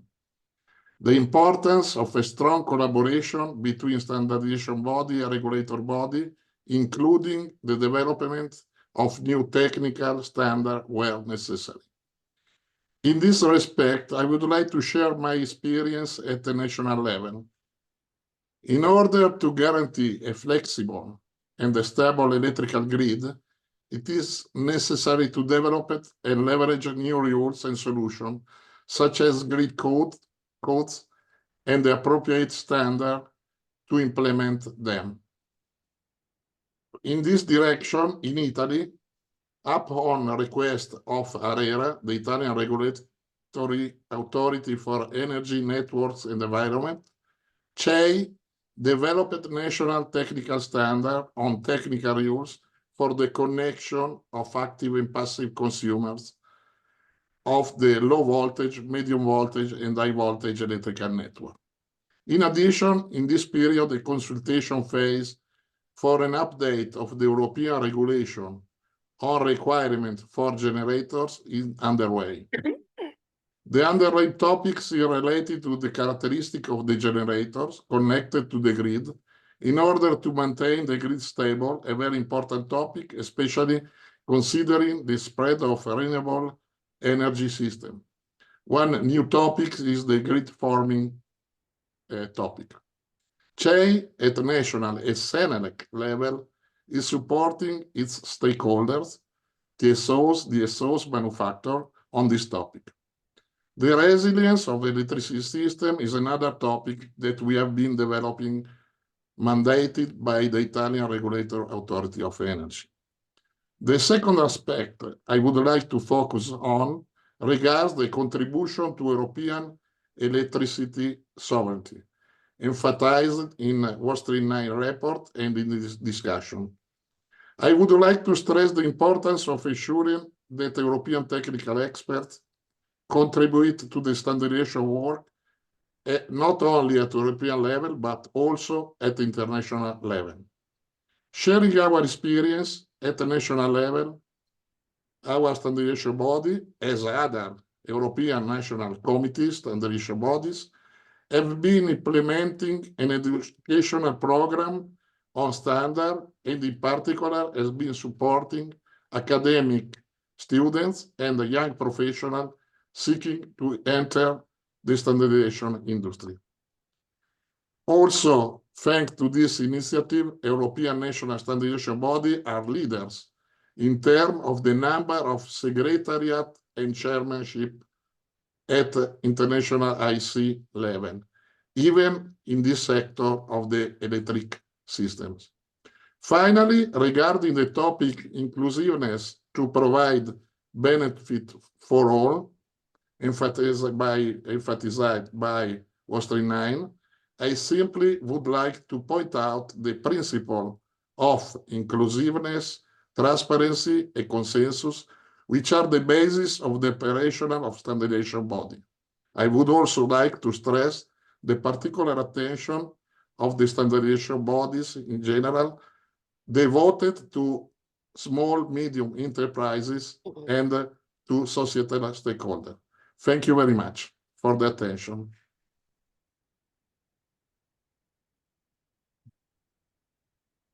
Thank you both very much indeed, and for joining remotely and persevering with the connection. We're going to turn now to our final speaker, the Director Standardization, Cinzia Misiroli, who is, of course, our host today. Thank you very much. And I'm very pleased to be here with you this afternoon, this evening. I know that I'm the last one. Maybe Natalie is still the really last one. So just a few words from my side. Well, when I read the Workstream 9 report, I had immediately two thoughts.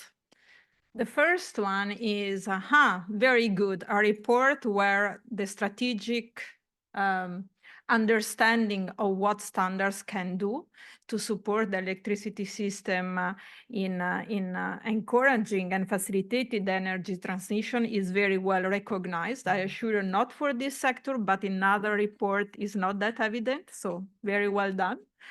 And the second, it was like, there is a lot of work ahead. So it's, I was very pleased about that. And it was very good because I saw that in the Workstream line, there was a lot of passion, a lot of work that was put by all the stakeholders. And as previous speakers have mentioned, there was the desire was expressed, the awareness was raised, the knowledge was shared. Well, I tell you, I'm a woman of action. So what I like is that what is put in front of us is actually transformed into concrete outputs. And it's my responsibility as Director Standardization of also making sure that whatever you discuss, whatever the need have been expressed, together with my members, the members of SENA and SENELEC, we put things into reality. So we develop the standards that are needed for the markets. And as a matter of fact, I have some representatives of the members with us today that will be also with me in the meeting of the technical board next week, where we will further discuss the outcome of the